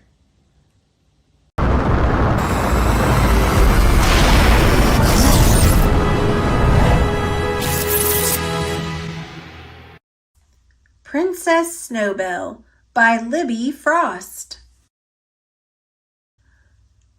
Snowbell, Princess of Frostovia, stood in her turret window, looking out at the opaline mountains and singing softly to herself. "Sparks! I'm so excited!" she exclaimed. She gave her white cat a stroke. Sparks snuggled up to her. "But I'm a little bit scared too," she whispered. "Mother and Father asked me to sing the opening song at the Snowball tonight, and I've never performed for the whole kingdom." Sparks batted Snowbell's charm bracelet and purred. "Maybe I'll go and talk to them," she said, and Sparks meowed in agreement. Princess Snowbell ran from her room and down the staircase to the grand ballroom in the opaline palace. The ballroom already shimmered and glowed, and beautiful tinkling music played as her father and mother danced across the marble floor. "Come and join us," they called. Snowbell held her parents' hands, and together they twirled around the room. "What's wrong, dear?" asked her mother. "Are you nervous about singing tonight?" "A little," admitted Snowbell. "What if I make a mistake?" "Don't worry, my princess. We will be there to cheer you on," said her father. "And don't forget, you'll have your friend Sparkleshine with you. Friendship is like magic and can help you get through anything." Snowbell spun to a stop and kissed her parents. "All right," she said. "I'll practice one more time, and then I'll be ready." Snowbell ran back to her tower room. "Now," she said, "all I need is Sparkleshine. I hope she arrives soon. She must be on her way through the forest now." Snowbell looked out of her turret window and saw a huge snowstorm swirling over the mountains. So much snow was falling that soon it would be impossible to see anything at all through the waves of white. "Oh no! Poor Sparkleshine will be stranded," said Snowbell. "I must go and find her." Snowbell put on her warmest cloak and rushed to the stables. "Icetail, we must ride out into the snow and find Sparkleshine." Icetail tossed her head, whinnied and stomped. She loved snow. Together they galloped into the heart of the snowstorm. The snow piled higher than Icetail's hooves, but still they pushed forward. "Sparkleshine!" called Snowbell. "Where are you?" Around them the snow whirled and the wind whistled until all they could see was white. "Icetail," said Snowbell, her teeth chattering from the cold, "I think we're lost." "I know," she said. "I can use my charm bracelet to find Sparkleshine. It always helps to have a bit of magic." She shook her wrist and the delicate silver snowflake charm tinkled. "We need light, little charm," whispered Snowbell. "Light to help us see." All at once, a beautiful glimmering light burst from the snowflake charm. It lit a path through the forest. "Sparkleshine must be this way," said Snowbell. "Come on, Icetail." They galloped through the illuminated forest. A squirrel bounced into the glowing path and ran with them. Next, a blackbird joined, and then a family of rabbits. "Look," said Snowbell, "the animals want to help us." Soon they reached a huge tree in the center of the forest. The squirrel bounded onto a branch. The blackbird flapped his wings, and the rabbits hopped in circles until Snowbell saw Sparkleshine huddled, shivering against the trunk of the tree. "Oh, Snowbell, thank goodness you're here," said Sparkleshine. "I got lost and had to find shelter." "We got lost too, but we had a little help," Snowbell smiled. "I'm so glad to see you, Sparkleshine. Now let's get back to the palace." Together the friends rode through the snowy forest, guided by Snowbell's light. When they got to the castle, the snow started to clear, and the sky sparkled blue once again. Snowbell turned to her new forest friends. "Thank you for your help. I hope you'll stay for the snowball." The girls raced up to Snowbell's room, where beautiful dresses awaited them. "Oh," said Sparkleshine, "I'm so very excited." "Me too," said Snowbell, "and only a little nervous now that you're here with me." "Ready?" whispered Sparkleshine. "Ready," Snowbell smiled. Holding hands, the two girls walked into the ballroom to wild applause. "Welcome to the Snowball," said Princess Snowbell. "And now Sparkleshine and I will perform the opening song. You need never be afraid, on this you can depend. Even in a whirling snowstorm, you can always find a friend." The crowd cheered, and Snowbell's heart fluttered with joy. "Oh, what a perfect snowball," said Snowbell. "Friendship and a little bit of magic really did get me through." She gently shook her charm bracelet to hear it tinkle. "I can't wait for the next snowy day."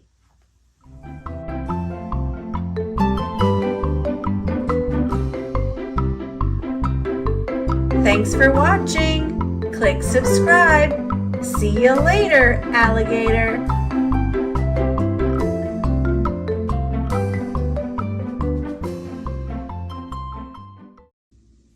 Romeo-saurus and Juliet Rex by Mo O'Hara, illustrated by Andrew Joyner. Near a tale made a child laugh more than Juliet Rex and her Romeo-saur. Once upon a time, 150 million years ago, two families, both alike in lizardness, lived in the swampland of Verona. Romeo-saurus's family were herbivores. "Yay! Ferns for dinner! Yay!" Juliet Rex's family were carnivores. "Yay! Herbivores for dinner! Yay!" You can see why the families didn't really get along. One day, Juliet Rex was stomping through the swampland on her way to the dinosaur ball. "Do my arms look small in this?" she asked her nanny, Nursedactyl. "Of course, dear," Nursedactyl answered. Meanwhile, Romeo-saurus was clomping along with his friend Mercutio-tops on his way to crash the ball. Now, usually, when a Stegosaurus and a Triceratops crash a ball, you would know it. But this time they went in disguise because it was a masked ball for carnivores only. The carnivores really knew how to throw a party, and Juliet Rex was waving her tiny arms in the air like she just didn't care when she spotted a dinosaur who she had never seen before. He swished his tail at her to say hello. She thumped her tail back to say, I might be casually waving hi, or I might just be swatting a prehistoric bug. Your call. Romeosaurus went over, and the two dinos danced. They giggled, they talked, they played, and they started to become friends.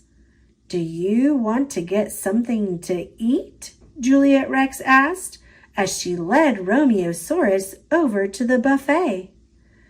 Auntie Gladys! Romeosaurus gulped. Romeosaurus rushed to help Auntie Gladys off the buffet table and take the apple out of her mouth. Wait, you're a herbivore? Juliet Rex asked, taking off Romeosaurus's mask. And you're a carnivore. Just then, a fight broke out at the dinosaur ball. Apparently, Mercutiotops had poked Juliet Rex's cousin, Tybalt Rex, with his horns while dancing. You'd better go, Juliet Rex said, sneaking Romeosaurus out during the commotion. Will I see you again? Romeosaurus looked back and smiled. That night, Juliet Rex looked out from her cliff-top balcony. Romeosaurus, Romeosaurus, wherefore art thou, Romeosaurus? Psst, down here, Romeosaurus answered. Stegosauruses aren't very good at climbing. It's the tail, really, and the weight, and the complete lack of claws to grip anything, and... There's a stone ramp over there, Juliet Rex interrupted. Oh, thanks. Once again, they giggled and played and talked and laughed, and they became true friends. My family would never want me to be friends with you, Juliet Rex said. I mean, I could never invite you over for dinner. You would be the main course. My family wouldn't like it either, especially Aunt Gladys, Romeosaurus said, sighing. Then what can we do? Juliet Rex wondered. When Nurse Adactyl woke the next morning, she found that Juliet Rex's bed had not been slept in, and she found a note. A herbivore is my true friend, so off I go to Swampland's End. Nurse Adactyl flew down to the herbivore's home and tapped her talon on the door. Auntie Gladys answered, "Ah!" she screamed, and then fainted. Mercutiotops pulled Auntie Gladys out of the way. Nurse Adactyl showed him Juliet Rex's note, and he showed her the note Romeosaurus had left for him. You have always been a friend to me, but a carnivore has set my heart free. Nurse Adactyl made a face. They're not very good at poetry, but they do seem to care a lot about each other, even though they're so different.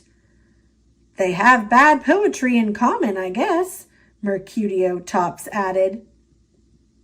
We need to find them. They're headed for the tar pits, and that's dangerous for any dinosaur, herbivore or carnivore. Nurse Adactyl flapped her wings and carried Mercutiotops above the swampland until they reached the tar pits. They could see some things floating on the tar. It was Romeosaurus's feathered hat and Juliet Rex's backpack. We're too late, shrieked Nurse Adactyl. We should have let them be friends, Mercutiotops cried. You're right, Nurse-a-Dactyl sobbed. Then maybe they'd both still be here. But we are here, Juliet Rex said, as she and Romeosaurus came out from behind a boulder. My little dino! Nurse-a-Dactyl gathered Juliet Rex in for a wingy hug. Mercutio Tops spluttered, But your hat, the backpack. We were just looking for a big stick to fish them out with when you both showed up, Romeosaurus said. So, can we be friends? Juliet asked. And just to be clear, carnivore friends don't eat other friends, right? Romeosaurus added. I could never eat a true friend of my darling Juliet Rex, Nurse-a-Dactyl said. Then she whispered to Romeosaurus, But if you break her heart, you're in a sandwich by lunchtime. You got it? So it's a deal. Carnivores and herbivores will be friends, Mercutio Tops said. And they all shook hands on it. Well, except for Juliet Rex, as hers wouldn't reach, but she nodded in agreement. And they lived happily ever after. Until...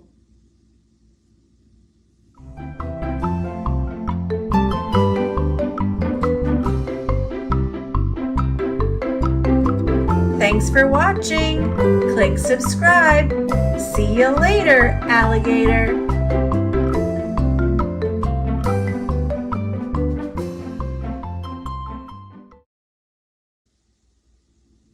Roses are pink, your feet really stink, by Diane DeGroat. There they were, 15 blank Valentine cards waiting to be filled with nice Valentine poems. They were sitting on the kitchen table in a pile as high as Gilbert's nose.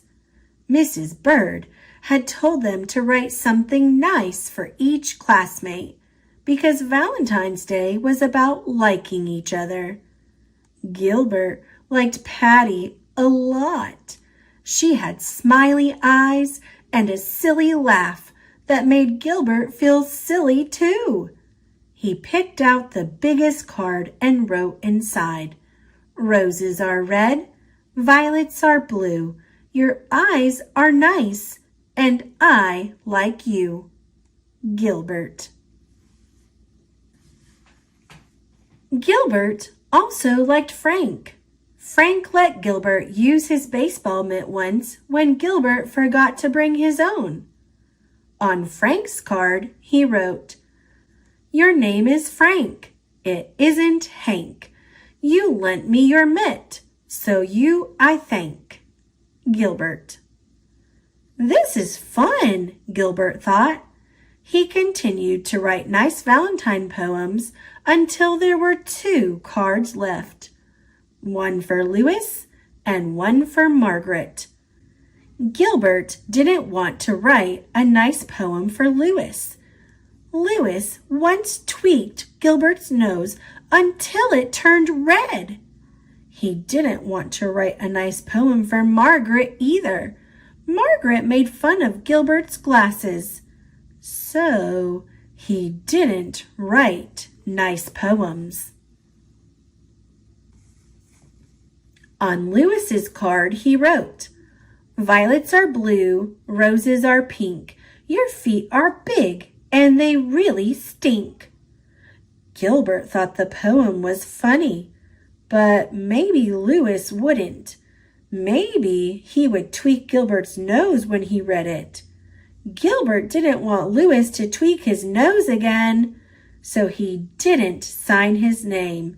He signed it Margaret. On Margaret's card he wrote, Roses are red, you wet your bed. I think that you have rocks in your head. Gilbert liked the poem, but he didn't think Margaret would. He didn't want Margaret to say mean things to him again, so he signed the card Louis. On Valentine's Day, Gilbert walked to school with 15 cards and a tin of Valentine cookies that his mother had baked for the party. Mrs. Bird let everyone open their cards. One of Gilbert's cards had X's all over the envelope, so he opened it first. It said, "Roses are red, violets are blue. You are my friend, and I like you." It was signed Patty. Gilbert smiled at Patty, and Patty giggled back. Gilbert opened the rest of his cards. They were all very friendly. Even Louis had written a poem for him. "You may be small, you're not very tall, but I like the way that you play ball. Louis." Gilbert was happy that Louis liked the way he played ball, and Margaret wrote, "Sometimes you are very sweet. I hope you brought nice cookies to eat. Love, Margaret." Gilbert smiled to himself. Margaret thought he was very sweet. He looked over at Margaret. She wasn't happy with one of her valentines. She stuck her tongue out at Louis. Louis wasn't happy with one of his valentines either. He stuck his tongue out at Margaret. Margaret pushed Louis. Louis called Margaret a bad name. Mrs. Bird said, "Quiet, please. Valentine's Day is about liking each other, not about fighting." She made the class do workbooks for the rest of the morning.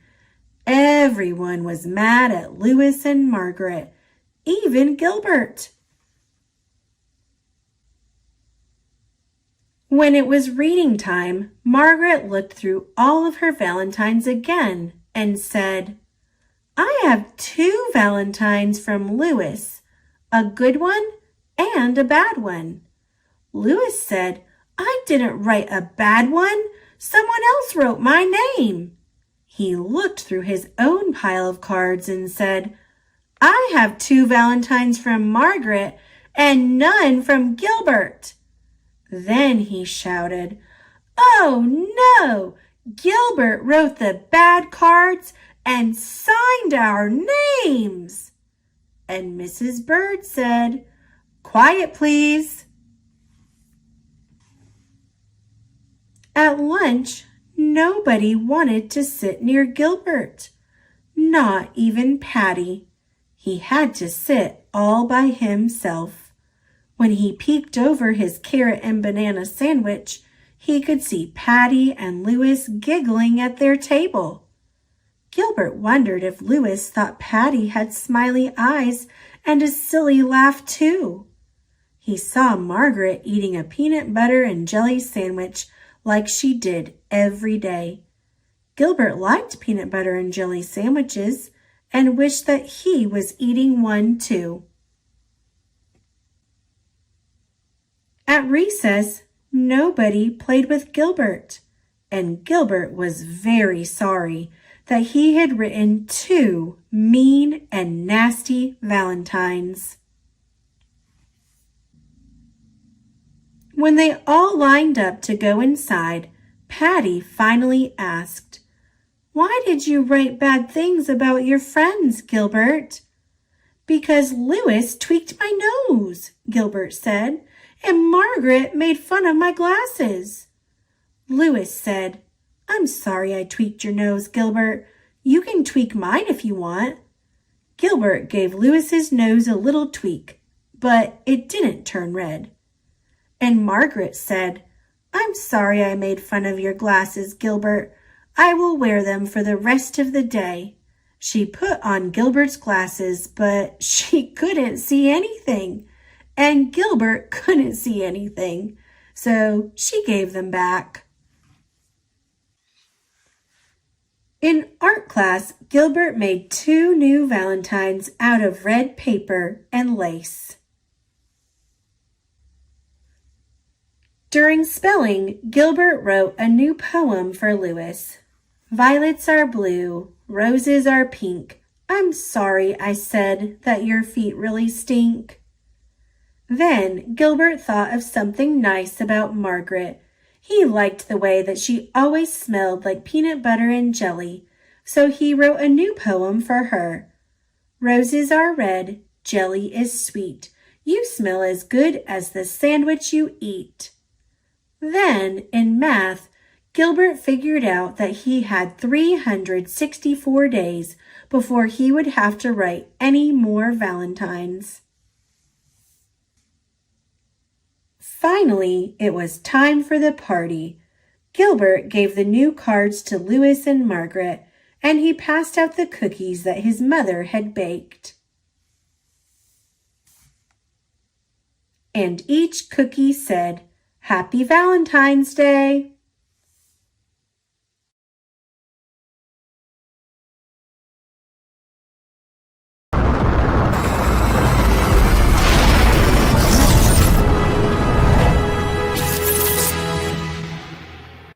Love, Ruby Valentine by Lori Friedman, illustrated by Lynn Avril Cravath. Deep in the heart of Heartland, in a house of oak and pine, with her feathered friend named Lovebird, lived Ruby Valentine. Now Ruby had a favorite day, and Valentine's was it. According to all who knew her, this day was a perfect fit. Ruby loved to say, "I love you," and she loved to say, "Be mine," and she loved to sign her hearts and cards, "Love, Ruby Valentine." Valentine's was Ruby's chance to do what she loved best. As the special day drew closer, Ruby would not stop to rest. With 5 days until Valentine's, Ruby started making cards. She and Lovebird sprinkled glitter. They curled ribbons by the yards. With 4 days down and counting, Ruby and Lovebird began to bake. They cut out heart-shaped cookies. They iced heart-shaped cakes. They never left the kitchen. With only 3 days more to go, Ruby and Lovebird filled up goodie bags and tied each one with a bow. With just 2 days remaining, they worked morning, noon, and night, signing cards and wrapping gifts until each package was just right. With Valentine's 1 day away, Ruby carefully checked her list. Then she loaded up her wagon. No one in Heartland would be missed. The night before Valentine's Day, Ruby chose what she would wear. She tried on her purse and shoes. She washed and curled her hair. When everything was in order, Ruby made a special sign. It sat high atop her wagon in red, "Love, Ruby Valentine." Tired from all her hard work, Ruby lay down on her bed. She hadn't planned to stay long, just to picture the day ahead. But when she closed her eyes, Lovebird scarcely made a peep. She snuggled up next to Ruby, and they both fell fast asleep. They slept right through the morning and on into afternoon. They slept right past the evening. They never saw the moon. And when they finally awoke, Ruby saw with dread the date. That was when she realized she was very, very late. "I can't believe I missed Valentine's. Now I'll have to wait a year to tell everyone I love them." Ruby wiped away a tear. She slowly picked up cards and started putting gifts away. That's her bird. When in a squawky voice, Lovebird said, "Let's go today." What's yours? That's her bird. His name is Lovebird. Ruby looked at Lovebird. "Folks won't like this one bit. It's the 15th, not the 14th. They're sure to pitch a fit." But Lovebird kept on squawking, so Ruby made a choice. "All we can do is try it," she said in a tiny voice. So she straightened up her wagon and tried hard not to frown. With Lovebird on her shoulder, Ruby slowly walked through town. She delivered cards and candy. She passed cookies from a tray. She gave out gifts and goodie bags to all the townspeople that day. Then she summoned up her courage and did what she had to do. "I know I'm so late," she cried, "but I'm so sorry too." What happened next surprised her. No one seemed to mind. They just thanked and hugged her for being sweet and kind. "You've made today a celebration, so why would we protest? Hip, hip, hooray for Ruby! We think you're the very best." And that's when Ruby realized that saying "I love you" doesn't have to wait till Valentine's. Any day will do. So now she sends out cards all year that say, "Will you be mine?" And she signs each and every one. Love, Ruby Valentine. She's flying. Yeah, they're flying in her plane. Olive, My Love, written by Vivian Walsh, illustrated by J. Otto Siebold. One afternoon, Olive was baking her favorite treat, dog biscuits. Baking made Olive's kitchen feel warm and smell sweet. When the biscuits were done, Olive lay down in a sunny spot to take a nap. "Now I feel warm and sweet too," thought Olive. She was nearly asleep when she thought she heard someone calling her name. She perked up her ears and listened.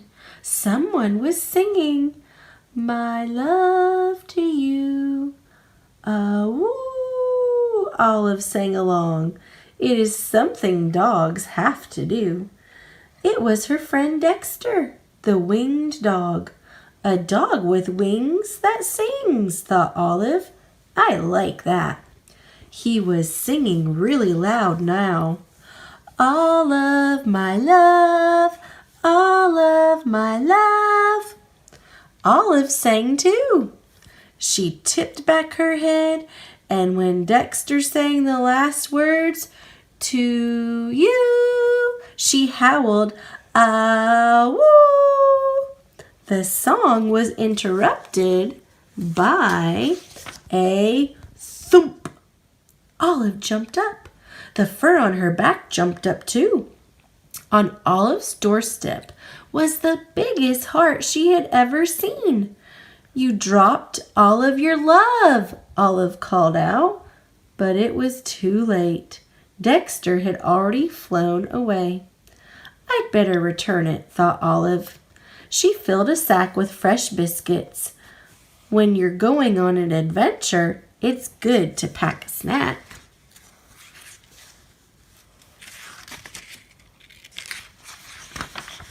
Olive hadn't gone far when she heard these 4 words. "Stop! No! Don't go!" Olive stopped. "Stand clear of the rut," instructed a squirrel. Just then, down the rut rolled a nut. The squirrel headed up to show Olive.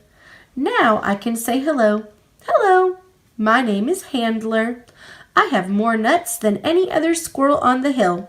They fall off the tree, roll into my rut, and that's a one-way trip to where I want them to be. I don't have to go gather nuts. Nuts come to me. And I'm so pleased to meet you. The squirrel could talk really fast. What do you do with so many nuts? Asked Olive. I count them. 1, 2, 3, 4, 5, 6. Phew! Sometimes it takes all day to count them, said Handler. Want to help? I'd love to stay and count with you, said Olive, but I have to return this heart. Oh, let me count that one for you. 1. You have 1 heart, said Handler. Looking very pleased with himself, he picked up a bunch of nuts and hugged them. This is Dexter's heart, said Olive. He lost it. Oh, said Handler, letting a few nuts fall from his grip. You'd better return that. To you, I say, good luck and goodbye. Olive pushed the heart.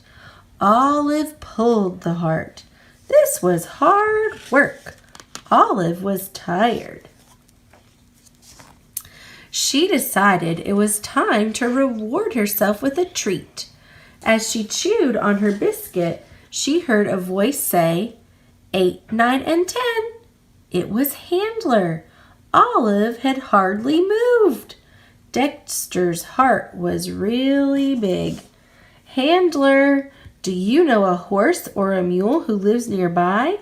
Some kind of animal that can carry something big, said Olive. An elephant would be good. Handler didn't like counting nuts anymore. He felt like helping Olive. We could take my car, said Handler.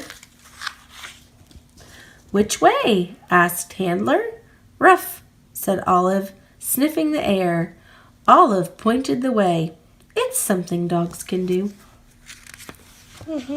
Olive likes to ride in cars. She loved to sit by the window. They drove up the hill. Olive could see Dexter's house. It's just on the other side of that cliff, Handler said. Cliff? What's this? The heart is flying. Olive yelped. Down. Stop! No! Handler, don't go! Handler hit the brakes. The car jerked to a stop. The heart, not knowing any better, kept going. It shot forward toward the cliff, and then it froze in mid-air. It was caught in some kind of net. What is that in my web? Asked a spider. It's Dexter's heart, said Olive. He lost it. Oh, said the spider. You'd better return that. We're trying to, said Handler. Can we drive there? Impossible. No car can make it across the steep ravine. Even Dexter can't drive to his house. He flies. I wonder if I can help. My name is Weaver. Weaver began to wind silk thread around some branches. Weaving helps me think, she explained. She made a hammock. Swinging in a hammock helps me to think too. Olive thought for a while, and then she said, a treat helps me think. She opened her sack of biscuits. Handler had brought some treats too. Would anyone like a nut chew? Asked the squirrel. Oh, achoo, said the spider, sneezing. I'm allergic to nut chews. Would either of you like a fly wing? Oddly enough, both Olive and Handler were allergic to fly wings. Fly wings, said Weaver. That's it, flying. She turned her hammock over and stretched it back. A slingshot can kabolt you over the ravine. You can fly to Dexter's house. Only a very brave dog could do that, said Handler. Olive looked at the heart and thought about her friend Dexter, the dog with wings that sings. Olive was a brave dog. 1, 2, off she flew. There she goes. Thump. Dexter opened his door and saw a huge heart lying there. I've brought your heart back, said Olive. My heart? Asked Dexter. You lost it. You were singing all of my love, said Olive. I didn't lose my heart, Olive. I gave it to you, said Dexter. Didn't you get my note? Note? Nope. Olive was confused. She was staring at a piece of paper stuck on Dexter's wing. It was the note. Dexter sang the words that he had written there. For Olive, my love, all of my love, yours, Dexter. The heart is a gift for me? Asked Olive. For you, sang a voice. It was Handler. We tagged along, said Weaver. We're still attached. She held up a strand that connected them to the heart. Dexter helped Olive open the heart. There were bonbons inside. What a sweet mistake, said Handler. The new friends had a picnic of bonbons, biscuits, nut chews, and fly wings. They were surprised they had so much to share with one another. They felt happy on top of the hill. They felt like they were on top of the world. The end. Look at all those hearts. Thanks for watching. Click subscribe. See you later, alligator.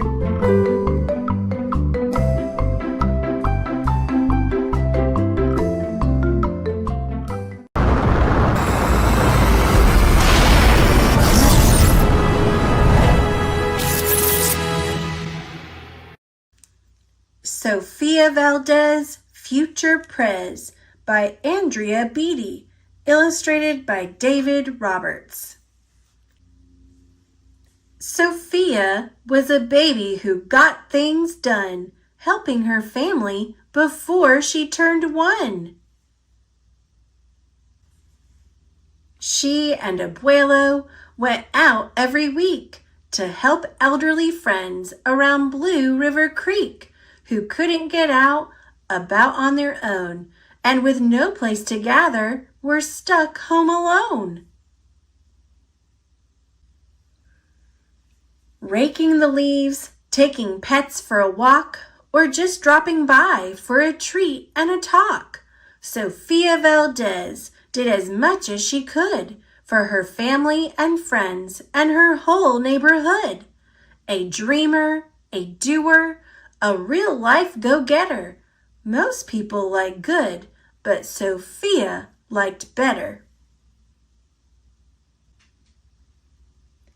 Each morning, Abuelo walked Sophia to class.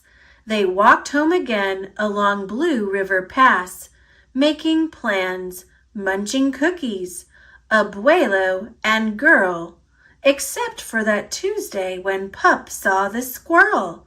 With a howl, Pup took off, racing all through the town, over, under, beneath, and around.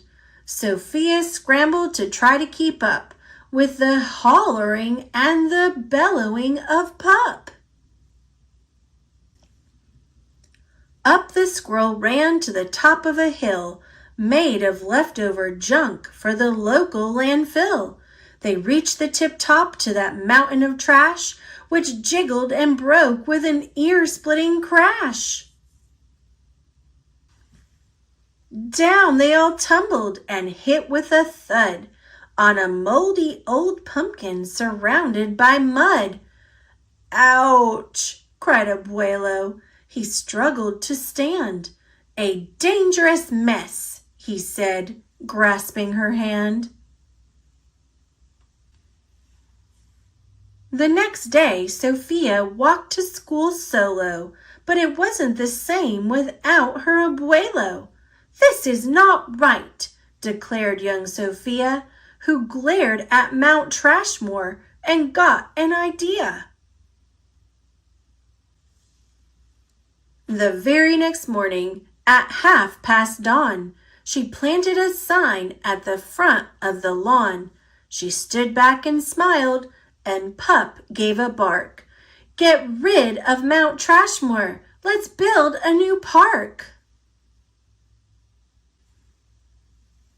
Each of her neighbors had something to say about benches and fountains and places to play, meeting spots, gardens, a basket for bees, a rubber duck pond, and a kiosk for cheese. She drew every thought on her map of the park, which was perfectly perfect by a quarter till dark. She drifted to sleep in her soft, cozy bed. Then, bam! She woke up when a thought smacked her head. Her heart skipped a beat as she realized each one of her neighbors had said, "Let me know when it's done." They all thought Sophia could build it alone. But how could one girl do so much on her own? The weight of that thought made her tender heart ache as night thunder growled and she lay wide awake. Then dawn brought a storm and the gloomy sky wept, and the heartsick Sophia finally slept. Abuelo baked cookies when Sophie got up. He gave her a bagful and sneaked one to Pup. He blinked back a tear as he hugged his Sophia. For courage, he whispered, "Te amo mi vida." Sophia's knees wobbled. She felt weak inside. She looked at his ankle and quite nearly cried. Though she didn't feel brave or courageous at all, Sophia Valdez went to face City Hall. The mayor's office sent her to room 401, the Blue River Creek Department of Fun, which sent her downstairs to room 302, the office of duck ponds and cool things to do, to the office of monkeys, the department of cheese, the division of fountains, and meetings and bees. Then down to the basement, so musty and cramped, where all the town's papers were sorted and stamped. And that's where the clerk said what no one else did. "You can't build a new park. You're only a kid." The word smacked Sophia deep down in her heart. Her plan was kiboshed before it could start. "I think," said Sophia, "I think that law's wrong." But her second grade voice didn't sound very strong. The clerk said clearly, "It cannot be done. Do you have any questions?" Sophia said, "One. If you were me, and if I was you, and he was your grandpa, what would you do?" Well, said the clerk. Then she said nothing at all. She thought and she thought. Then she sent out a call to every employee throughout City Hall. The entire government of Blue River Creek crammed into the office to hear Sophie speak. But her words jumbled up and her cheeks turned bright red as a dozen emotions rushed into her head. Her heart beat so loudly she thought it would crack. The crowd leaned in closer. Sophia leaned back. Then her arm brushed the edge of the old cookie sack. And that was the moment when Sophia first knew. Being brave means doing the thing you must do, though your heart cracks with fear, though you're just in grade 2. She took a deep breath, looked the mayor in the eye, and though her knees wobbled, she held her head high. Sophia started talking. She spelled out her plan and why it all mattered and how it began. And once she got rolling, she had lots to say. about meeting spots, monkeys, and places to play, and other ideas for things they could do to help the town elders and other folks too. She had thoughts on the library, thoughts on the zoo, and perhaps a way to combine the two, and... "All right," cried the mayor, "go start a petition. If the town wants a new park, we'll form a commission." And so young Sophia got right to work, with some help from her family and Pup and the clerk. Then others joined in, not all, but a few, like Miss Lila Greer and the kids in grade 2. There were hearings and surveys and taxes to figure, then bulldozers, cranes, and a blue bigger digger. They all built that park. That's how it got done, with the hard work of, by, and for everyone. But it began with the dream of one person, just one, who laced up her shoes and then led the way to help Blue River Creek get a new place to play. Now every evening till long after dark, the town comes together at Citizens Park. They all hold this truth to be self-evident, that Sophia Valdez could grow up to be president. Until then, Sophia, that real-life go-getter, helps Blue River Creek get better and better.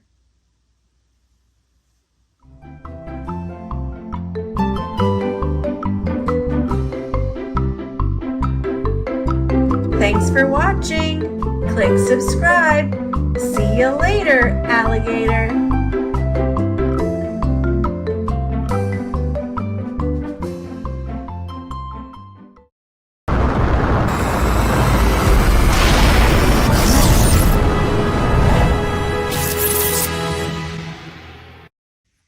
Somebody Loves You, Mr. Hatch. Story by Eileen Spinelli.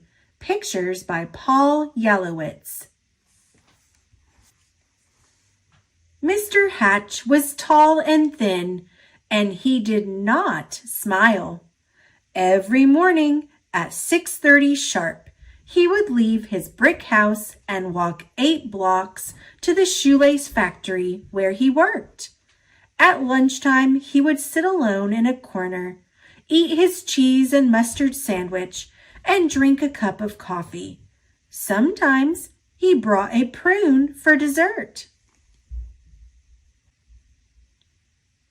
After work, he would make 2 stops, at the newsstand to get the paper, and at the grocery store to buy a fresh turkey wing for his supper. After supper, he read the paper, took a shower, and went to bed early. He keeps to himself. That is what everyone said about Mr. Hatch. One Saturday, when Mr. Hatch stepped onto the porch with his dustpan and broom, he got a surprise. A package wrapped in brown paper. He had never spoken to the postman before. "Thank you, Mr. Goober," he said. Mr. Goober smiled. "You're welcome. I always enjoy delivering packages." Mr. Hatch tore the brown paper off. Inside was a white box, which he opened to find another box. This one was heart-shaped, all satiny red and a pink bow on top. It was filled with candy. Something fluttered to the porch floor. It was a little white card. He picked it up. It said, "Somebody loves you." Only then did he remember that this was Valentine's Day. Mr. Hatch wondered and wondered. Now who would send this to me? He was all alone. He had no friends. And yet someone had sent him a valentine. Who? Who? He put the box on the coffee table and tried to do some dusting. But every time he left the room, he had to keep peeking to see if the box was still there. He dusted and dusted, and the dust cloth seemed to whisper, "Somebody loves you. Somebody loves you." At last, he flung the dust cloth away and exclaimed, "Why, I've got a secret admirer." And then he did something he had never done before. He laughed. He laughed and danced and clapped his hands. And then he took a piece of candy from the box and ate it. Mr. Hatch changed his shirt and found some old aftershave in the bottom drawer. He splashed it on his face. He picked out a yellow tie with blue polka dots and put it on. And then he went for a walk. Maybe, he thought, I will meet the person who sent me the candy. Of course, no one had ever seen Mr. Hatch wearing a tie or smelling of aftershave or smiling. So he got a lot of attention. Mrs. Weed tripped over her dog. Mr. Dunwoody nearly fell off his ladder. And little Tina Finn spilled all the toys out of her wagon. Mr. Hatch waved hello to them all. On Monday, it was back to work. At lunchtime, Mr. Hatch sat in the middle of the cafeteria. He spoke to everyone and passed out chocolates from his heart box. On the way home, as usual, he stopped at the newsstand. Mr. Smith handed him the usual newspaper. "I think I'll have a pack of mints," said Mr. Hatch, not as usual. Mr. Smith was shocked. "Was that you speaking, Mr. Hatch?" "Indeed it was," said Mr. Hatch. "I said I would also like a pack of mints. And if you don't mind me saying so, Mr. Smith, you don't look very well today." Mr. Smith recovered from his shock to reply, "You're right. I don't feel very well. I have a cold. I was supposed to go to the doctor's this afternoon, but the stand has been so busy I haven't had the time." Mr. Hatch smiled. "Why, I'd be happy to watch the stand for you while you go." Mr. Smith could hardly believe his ears. "You would?" "Certainly. Just show me what to do." And so Mr. Hatch ran the newsstand for an hour. He wondered if any of the women who stopped to buy a paper or a magazine or a candy bar had sent him the mysterious Valentine.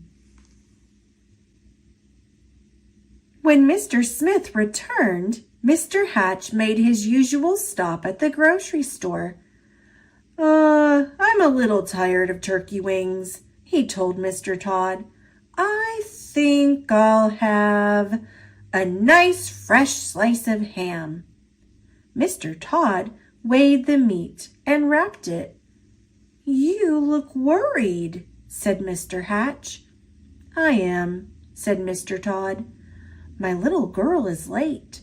She hasn't come home from school yet, and I can't leave the store to look for her until my wife arrives." "Goodness! Why didn't you say so?" said Mr. Hatch. "I will go look for her."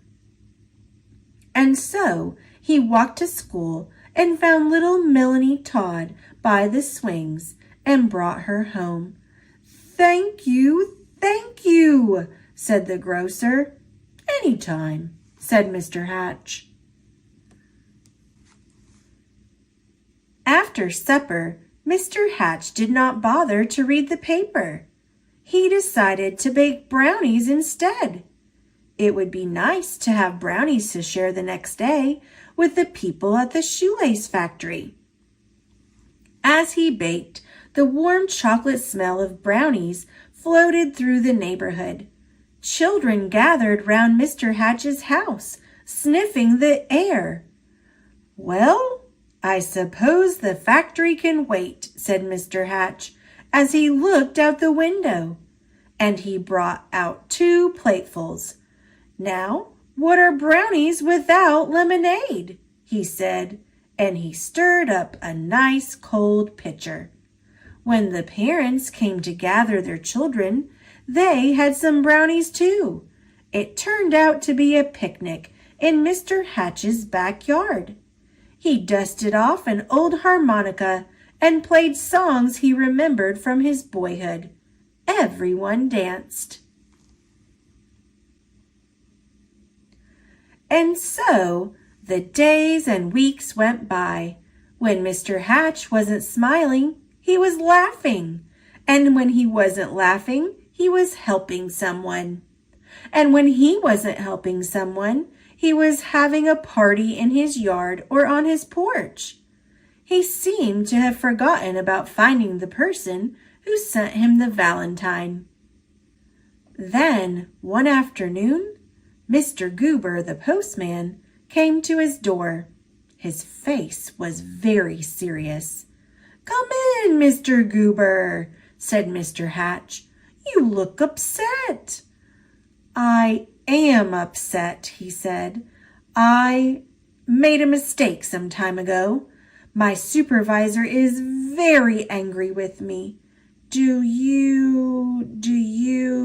Yes, Mr. Goober, what is it? Do you recall the package I delivered to you on Valentine's Day, I think it was?" "Yes, I believe so," replied Mr. Hatch, beginning to feel a little uneasy. "I don't suppose you still have it," said Mr. Goober sadly. "As a matter of fact," said Mr. Hatch, "I still have the box. The candy is gone, though. Why do you ask?" The postman took a deep breath. "I'm afraid I delivered it to the wrong address. It was supposed to go to another house." Mr. Hatch recalled tearing off the brown paper. It had never occurred to him to look at the address. He fetched the heart-shaped box and the pink bow and gave them to the postman. "I do hope your supervisor won't be too angry with you now." The postman was heading down the sidewalk when Mr. Hatch called from his porch. "Mr. Goober, I forgot something." He gave the postman the little white card. "Somebody loves you." Alone in his living room, Mr. Hatch sighed. Nobody loved me after all. Then he read the paper, took his shower, and went to bed early. The next morning, at 6:30 sharp, Mr. Hatch left his brick house and walked 8 blocks to the shoelace factory. At lunchtime, he sat in the corner by himself, ate his cheese and mustard sandwich, and drank a cup of coffee. After work, he stopped at the newsstand for his paper, but he did not speak to Mr. Smith.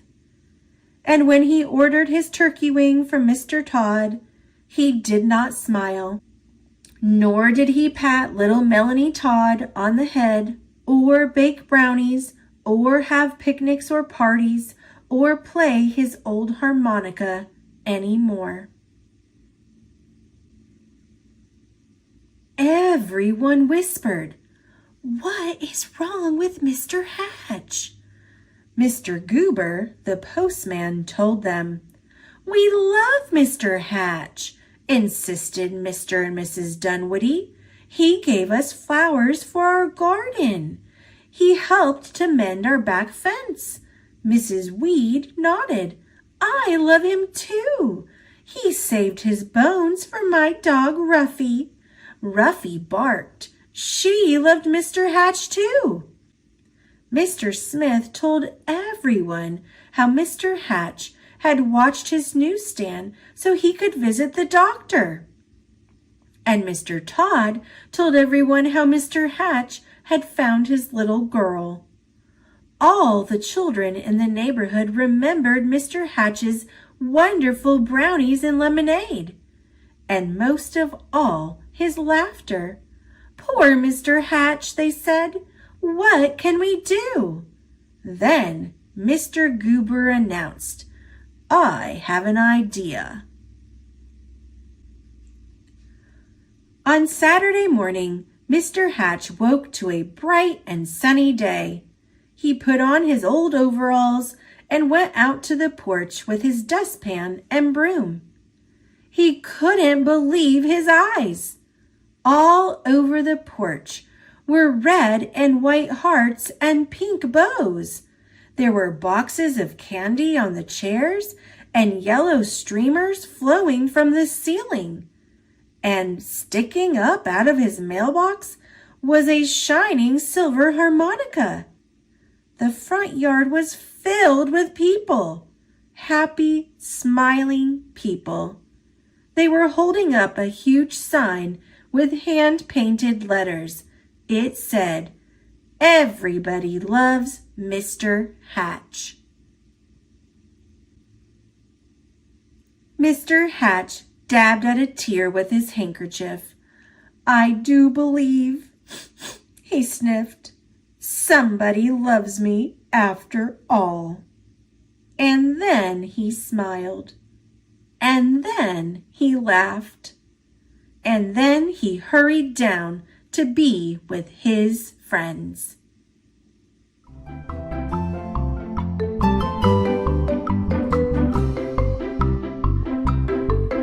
Thanks for watching. Click subscribe. See you later, alligator.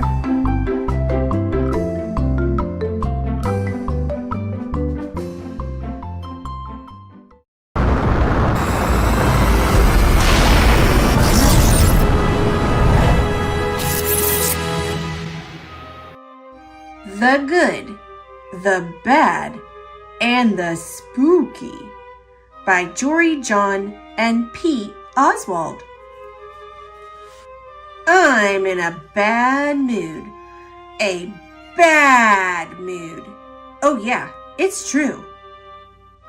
You want to know why I'm feeling so crummy right now? Huh? Do you? Well, it's Halloween, which is my favorite holiday.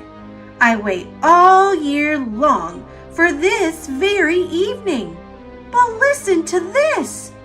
I don't have a costume yet. Look around. Nothing works. What a travesty.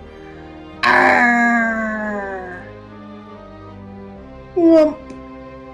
I promise, I didn't wait until the last minute.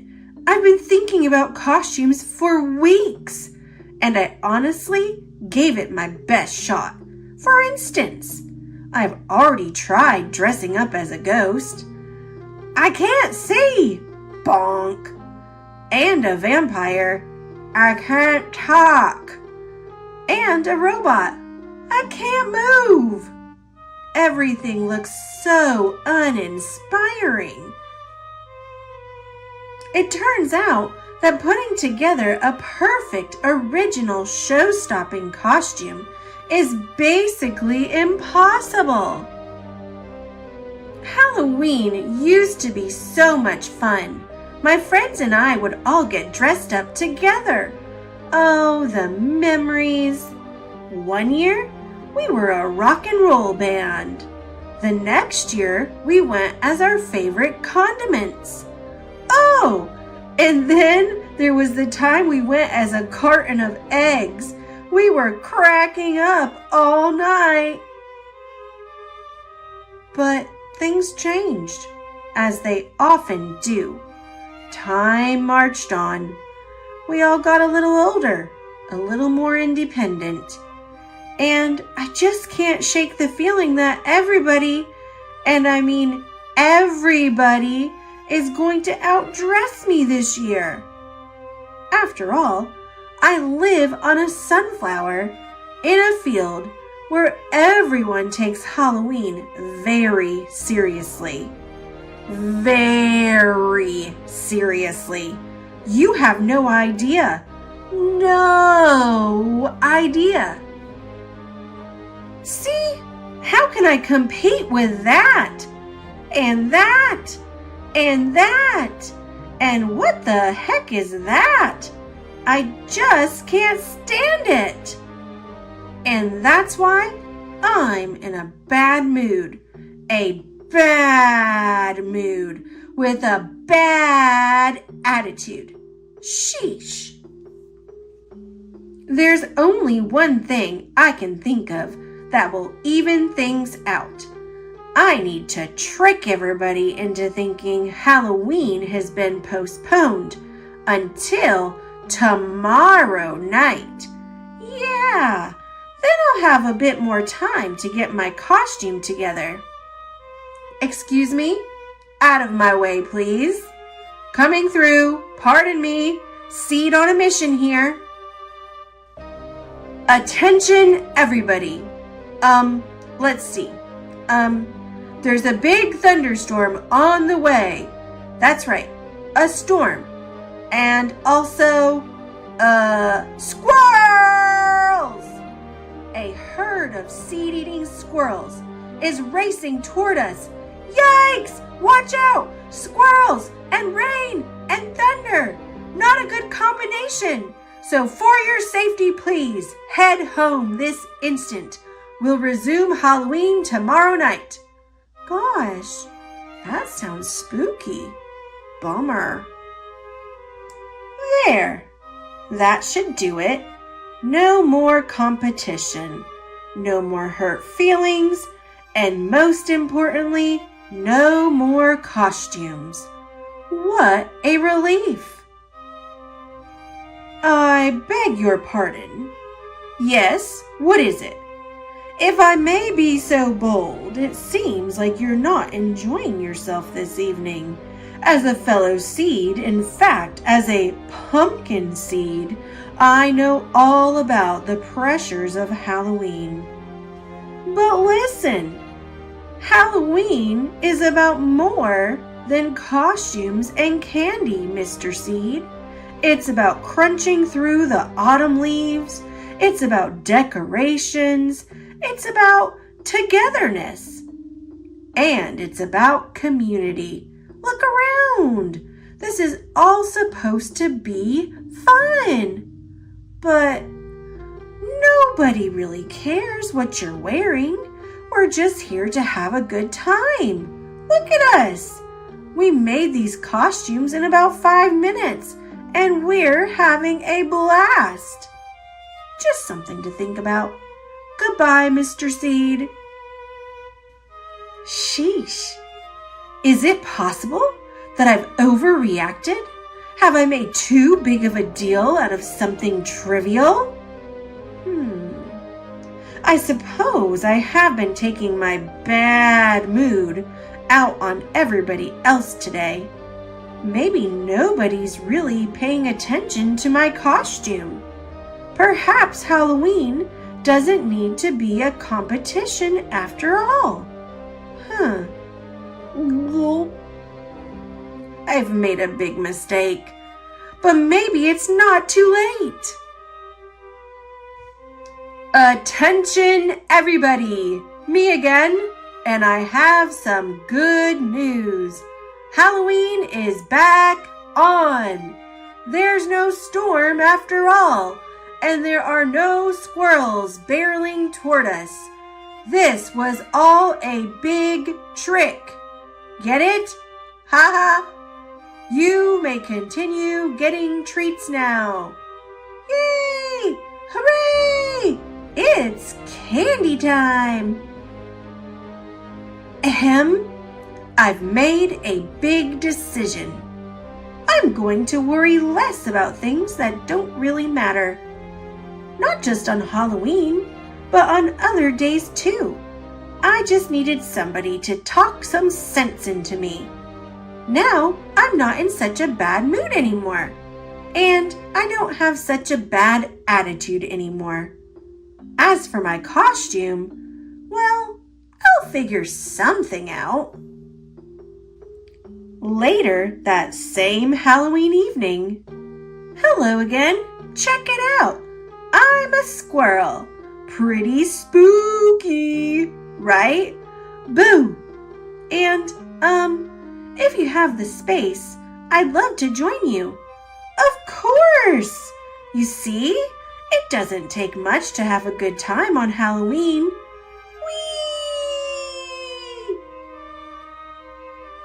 Well, Mr. Seed, I'm glad you finally got into the spirit of Halloween. And we haven't even gotten to the best part of the night yet. Take a look around. Wow! Now this is a treat for everybody. Indeed, Mr. Seed, indeed. Happy Halloween to us all.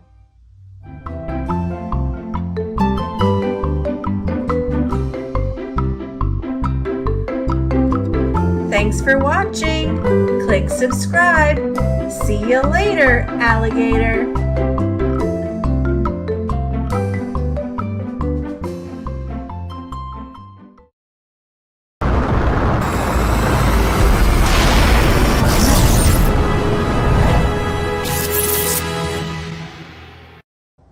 Thomas and Friends, The Runaway Kite. Based on the Railway series by the Reverend W. Awdry. It was a nice day. The sky was blue. Thomas picked up a box at the docks. The box was for the kite festival. On the way, Thomas saw a kite. Oh no! The kite flew away. Thomas wanted to catch the kite. Edward wanted to help, but Thomas wanted to catch the kite by himself. He went fast. Emily wanted to help, but Thomas wanted to catch the kite by himself. He went faster. Percy wanted to help, but Thomas wanted to catch the kite by himself. He went even faster. Thomas found the kite, but now Thomas was out of steam. He could not catch the kite. He could not deliver the box. Edward had steam. Emily had steam. Percy had steam. The three friends helped Thomas. They caught the kite. The kite flew at the kite festival. Thomas was happy to have good friends.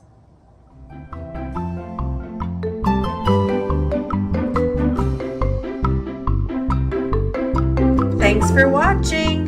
Click subscribe. See you later, alligator.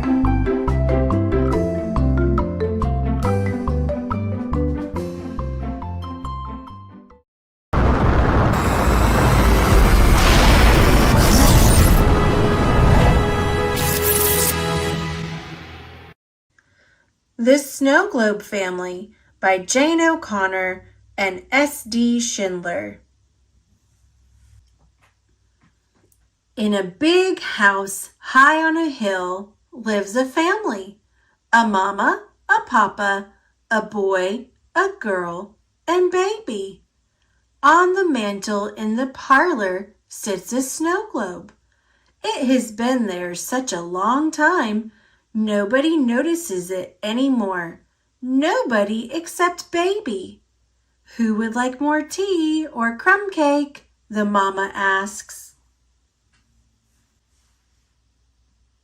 Inside the snow globe lives another family, a very little family, a mama, a papa, a boy, a girl, and a little baby. They are having dessert too, only their cups are so small. Each one holds no more than half a drop of tea. Who would like another crumb of crumb cake? The little mama asks. In the snow globe, sparkly snow covers the ground all year round. The little family doesn't mind.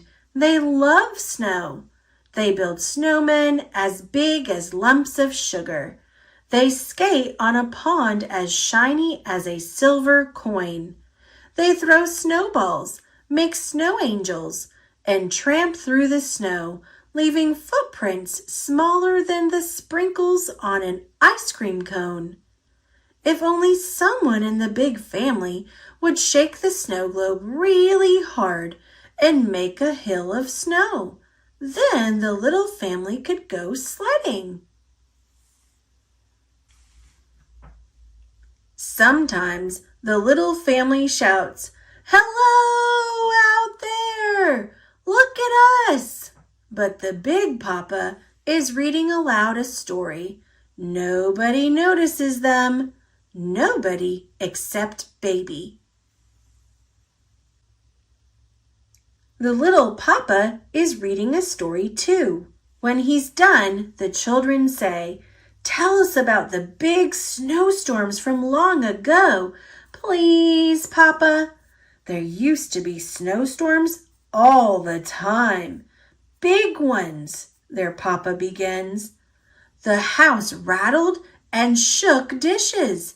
Dishes flew from the cupboards, furniture slid across the floor. Once I got thrown out of the bathtub. Those were the days. Now there's only a gentle flurry once a week when the parlor maid dusts the mantel. Inside the snow globe, nobody except the little baby notices. A flurry? Who cares? What the family wants is a great big snowstorm, a blizzard. That's what the children in the big house are hoping for too, a blizzard. And one evening, snow starts to fall and doesn't stop. It is a perfect night for sledding. Off they go, leaving baby behind. It is your bedtime. The snow will still be here tomorrow, the mama says, and goes upstairs to run baby's bath. But baby wants snow now. Baby pushes her papa's footstool over to the mantel. She piles books and pillows on top. Then up she climbs. Who does she see inside the snow globe? She sees the little baby. What does the little baby see? 2 enormous eyes. Baby grabs the snow globe. Oops! The books and pillows slip from under her. She lands on the pillows and giggles. She shakes the snow globe. She shakes it some more. Inside the snow globe, the little family hangs on for dear life. This is some storm. Yahoo! Oh, mama my! In the big house, baby hears mama calling. Come, baby, we'll go sledding too. The snow is too wonderful to miss. Inside the snow globe, the little family runs outside. There is a perfect hill for sledding. Whee! Whee! It is late now. In the big house, the mama, the papa, and the children are upstairs fast asleep. The snow globe is up on the mantle again. The little family is fast asleep too. Everyone, big and little, is dreaming about the next big snowstorm. Who knows? It might come very soon.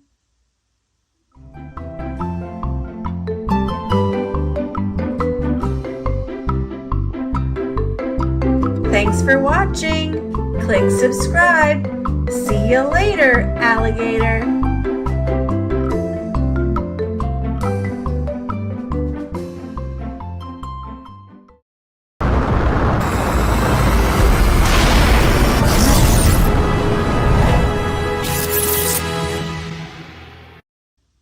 There was an old lady who swallowed a rose. By Lucille Calandro, illustrated by Jared Lee. There was an old lady who swallowed a rose. I don't know why she swallowed the rose, but that's how it goes. There was an old lady who swallowed some lace. She didn't race to swallow that lace. She swallowed the lace to tie to the rose. I don't know why she swallowed the rose, but that's how it goes. There was an old lady who swallowed some glitter. She wasn't a quitter to swallow the glitter. She swallowed the glitter to trim the lace. She swallowed the lace to tie to the rose. I don't know why she swallowed the rose, but that's how it goes. There was an old lady who swallowed some candy. It was fine and dandy to swallow that candy.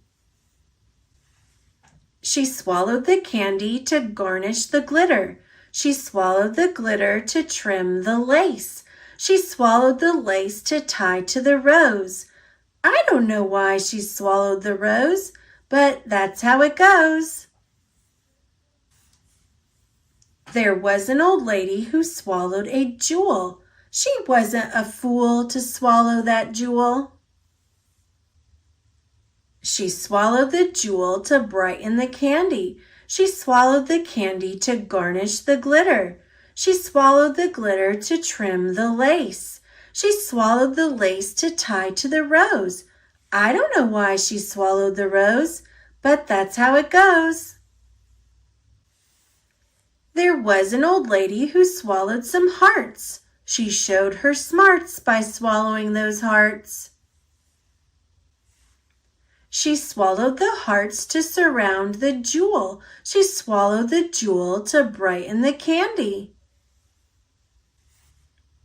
She swallowed the candy to garnish the glitter. She swallowed the glitter to trim the lace.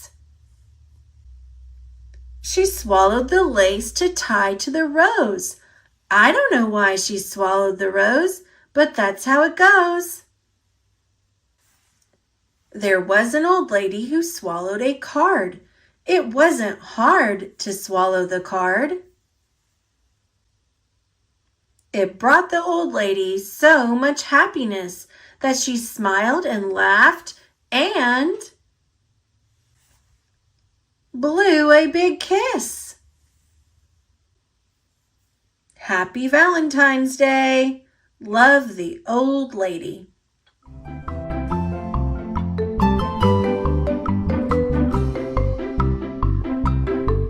Thanks for watching. Click subscribe. See you later, alligator.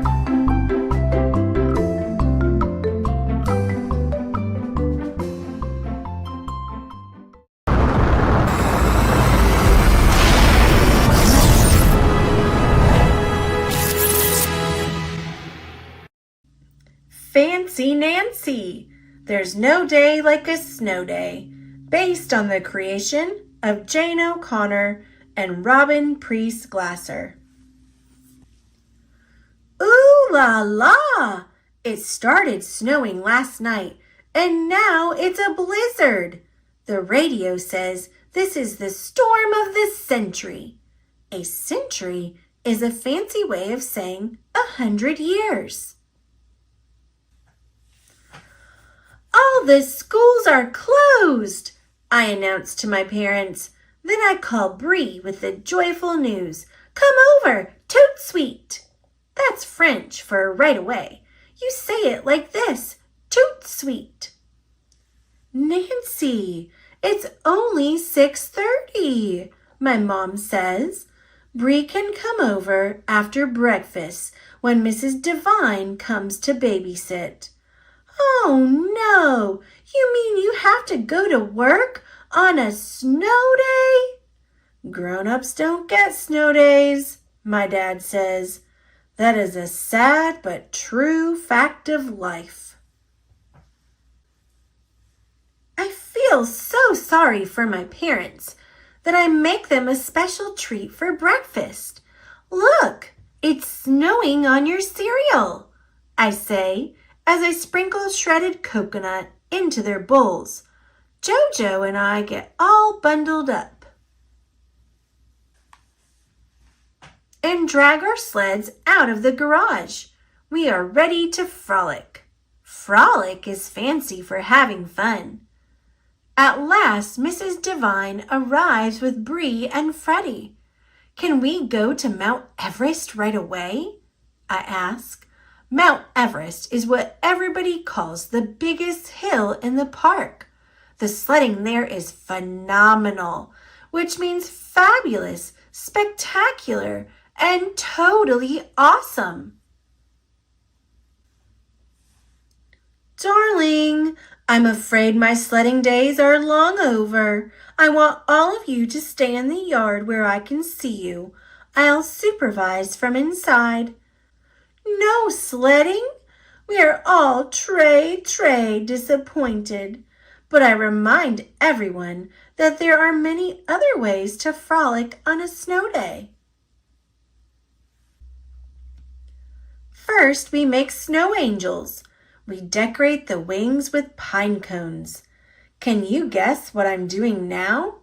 I bet you think I am building a snowman, but you are sadly mistaken, which means you are wrong. I get a bunch of accessories from my room, and voila! Here is our Snow King, Snow Queen, Snow Princess, and Snow Prince. Don't they look regal?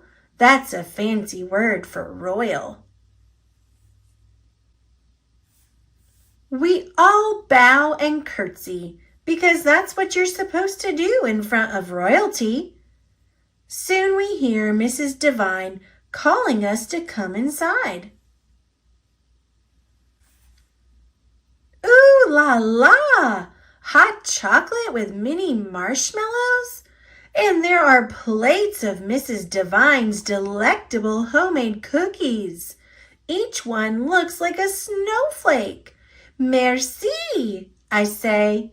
What a thoughtful thing to do. It is twilight now, which is a lovely word for when it's almost dark out. We all catch snowflakes on our tongues and wait for our parents to get home. When Mom and Dad get home, they tell us how sorry they are to have missed all the fun. But there's still time for more frolicking, I point out. We haven't gone sledding yet. Can we go now? I am almost positive the answer will be no, but double ooh la la, they say, why not? So we pile the sleds into the cars and off we go to Mount Everest. Soon we are zooming down the hill at supersonic speed. That means really fast. Do you know what is just as much fun as a snow day? A snow night. Make your own royal snow family.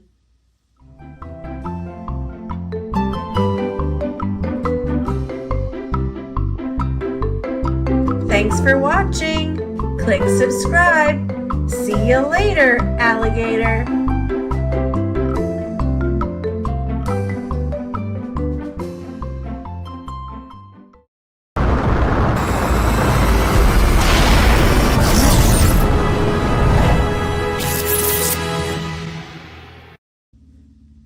Thomasaurus Rex. Illustrated by Richard Courtney. Thomas puffed into the yard after a long day. He saw James and Gordon talking together. When he stopped at the water tower, he could hear everything they said. "I am too important to pull such an ancient load," said Gordon. "Yes," replied James. "I am glad they brought that old bucket of bolts to do it. The engines here are all too fine. I'm surprised he can do anything. He is so old." "Well, it makes sense for him to pull that special. The fossils deserve each other," said James. Both of the engines laughed. Thomas wondered what they were talking about. Percy was waiting when Thomas got to the shed. "Did you see Stepney?" asked Percy. "Did you see what his special is?" "No, but I heard Gordon and James talking about it," answered Thomas. "They said it was a lot of old junk." "I think it's kind of neat," said Percy. "Don't let them hear you say that," said Thomas. "They'll tease you too." Thomas liked Stepney. Stepney was one of the oldest engines on the whole island of Sodor. He had seen a lot and had interesting stories to tell. Thomas's favorite story was about Sir Topham Hatt as a little boy. One beautiful day, little Topham Hatt was out for a carriage ride with his grandfather. The horse was dashing through the countryside. Grandfather Hatt saw a rut in the road, but it was too late to swerve. Crack! The carriage's axle was broken, and the horse ran off. Luckily, no one was hurt, but they were a long way from home. Just then, Stepney, a brand new engine, came chugging by. He was pulling a load of coal, so he didn't have any passenger coaches.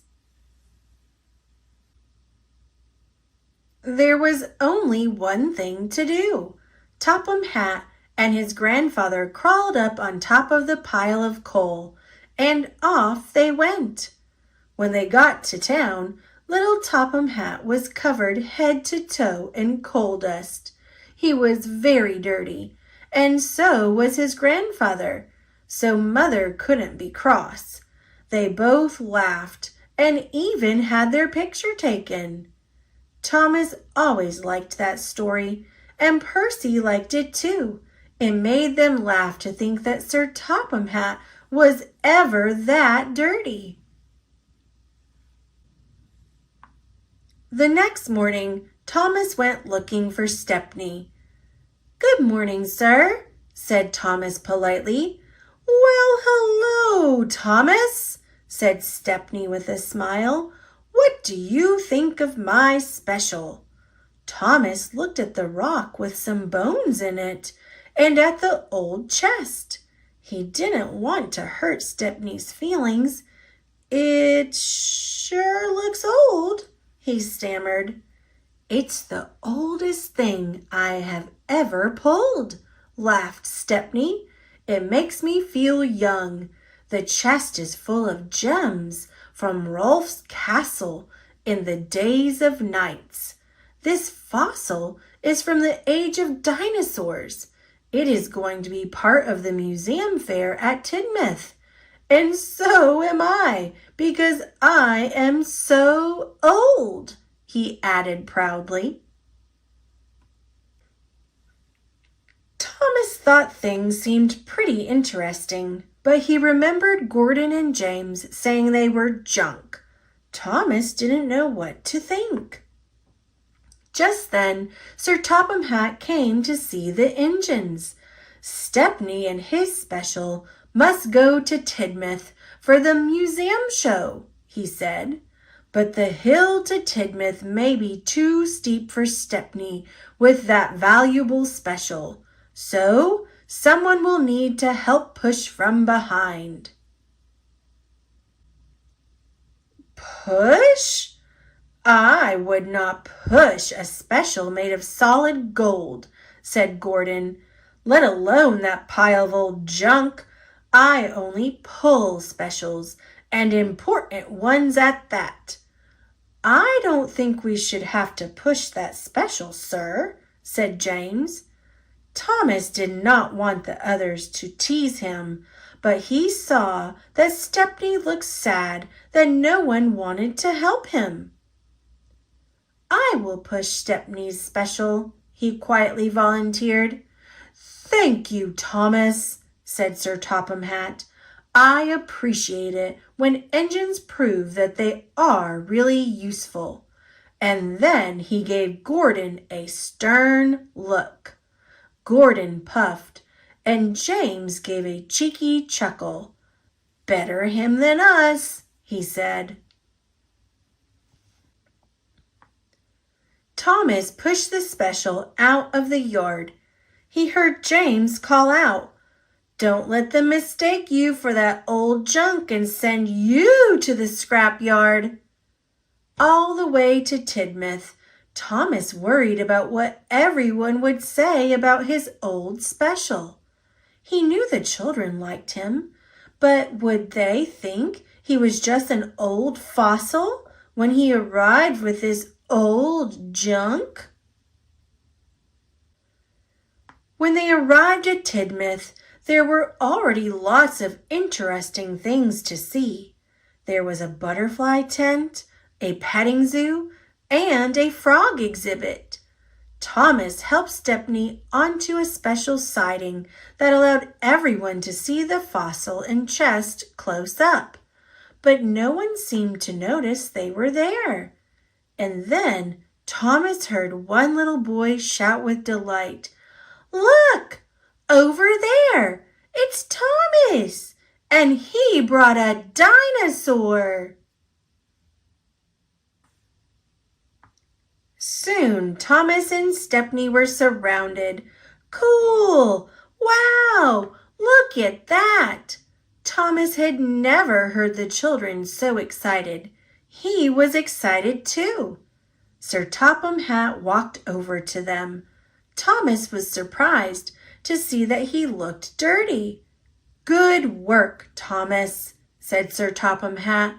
I should have come with you and Stepney. I got a flat tire. I haven't been this dirty in a long, long time, he laughed. Do you remember that day on the coal car, Stepney? I sure do, chuckled Stepney. You were a happy little boy, sir. Just like these children, they will never forget this day. And neither will I, added Sir Topham Hatt.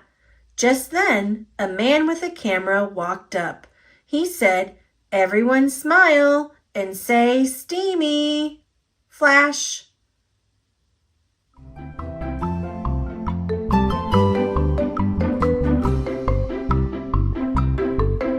Thanks for watching. Click subscribe. See you later, alligator.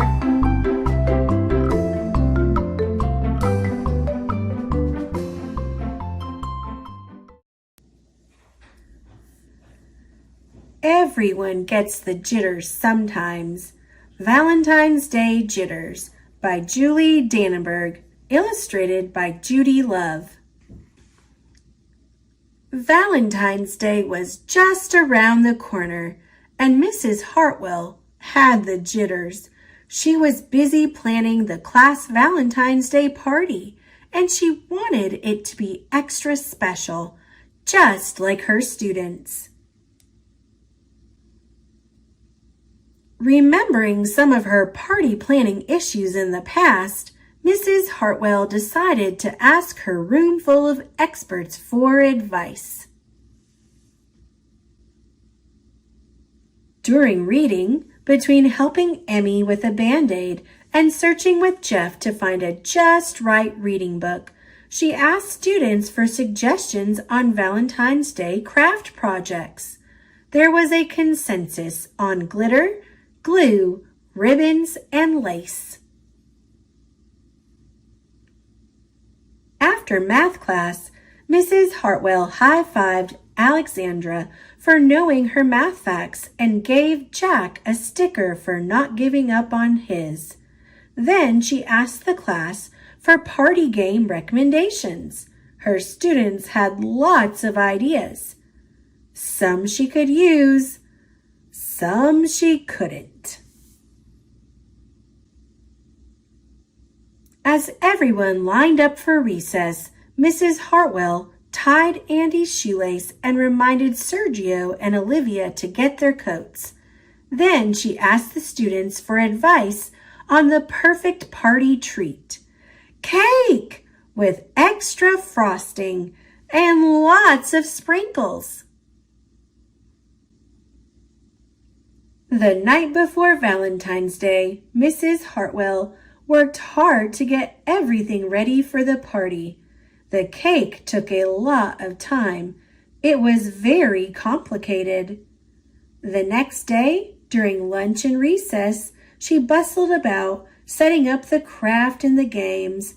"Can we see the cake?" the students asked when they came in, excited for another one of Mrs. Hartwell's parties. "It's going to be a surprise," she told them. That afternoon, the students handed out their Valentine's Day cards. Then Mrs. Hartwell got them started on the craft project. There was glitter, glue, ribbons, and lace. It turned out a little bit messier than Mrs. Hartwell had expected. "Oh my," she said. Next up, games. Laughter rang out as students played Pin the Smile on the Teacher, Beanbag Heart Toss, and Candy Heart Bingo. It was a bit livelier than Mrs. Hartwell expected. "Oh dear," she said. Finally, it was time for her extra special cake surprise. Mrs. Hartwell couldn't wait. She knew it would be the perfect ending to a less than perfect party. The students were definitely surprised. "Is it supposed to look like that?" Jack whispered to Maria. "Oh no!" wailed Mrs. Hartwell. "This party is a disaster. I wanted it to be extra special. I wanted to show you how much I care." For a minute, the students looked confused. Then they laughed. "But you show us that every day," they said. "Silly Mrs. Hartwell," said Alexandra, patting her on the back. The students decided to take charge. Some of them helped Mrs. Hartwell clean the frosting out of her hair and the glue off her shoes. Sort of. Some of them raced to clean up the mess. Sort of. And some of them fixed the cake. Sort of. But all of them took turns working on an impromptu Valentine for Mrs. Hartwell. They wanted it to be extra special, to show her how much they cared. Once again, The classroom rang with laughter. At the end of the day, the students gave Mrs. Hartwell their creation. "Happy Valentine's Day," they cheered. Mrs. Hartwell smiled. "It's perfect," she said. "Just like you," Emmy said. Everyone agreed it was the best Valentine's Day party ever. Well, almost. Where are my shoes? I can't wait to see what extra special plans Mrs. Hartwell has for St. Patrick's Day.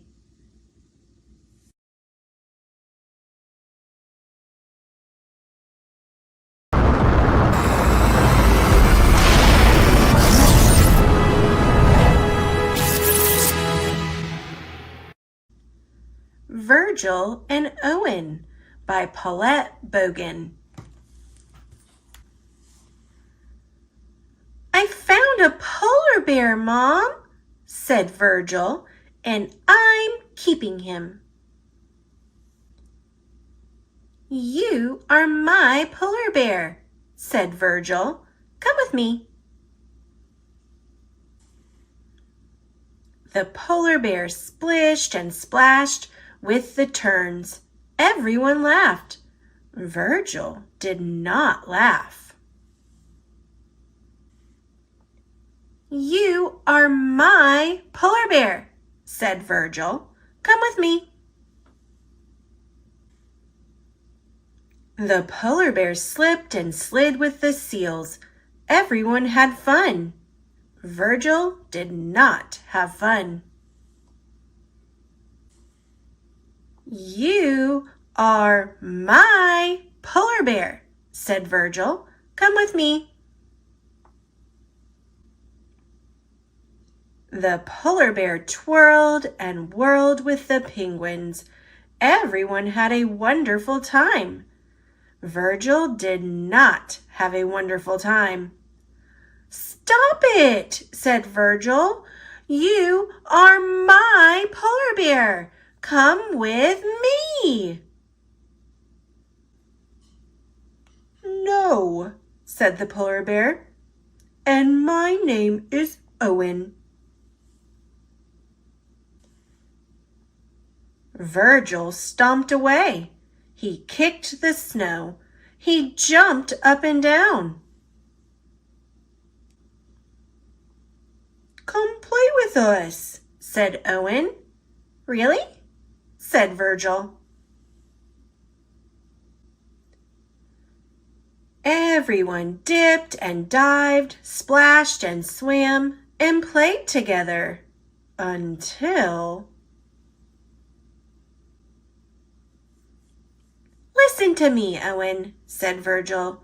"You are not my polar bear. You are my friend."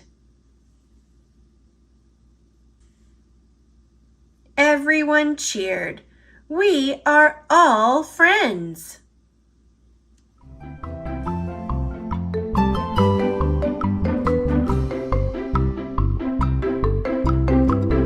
Thanks for watching. Click subscribe. See you later, alligator.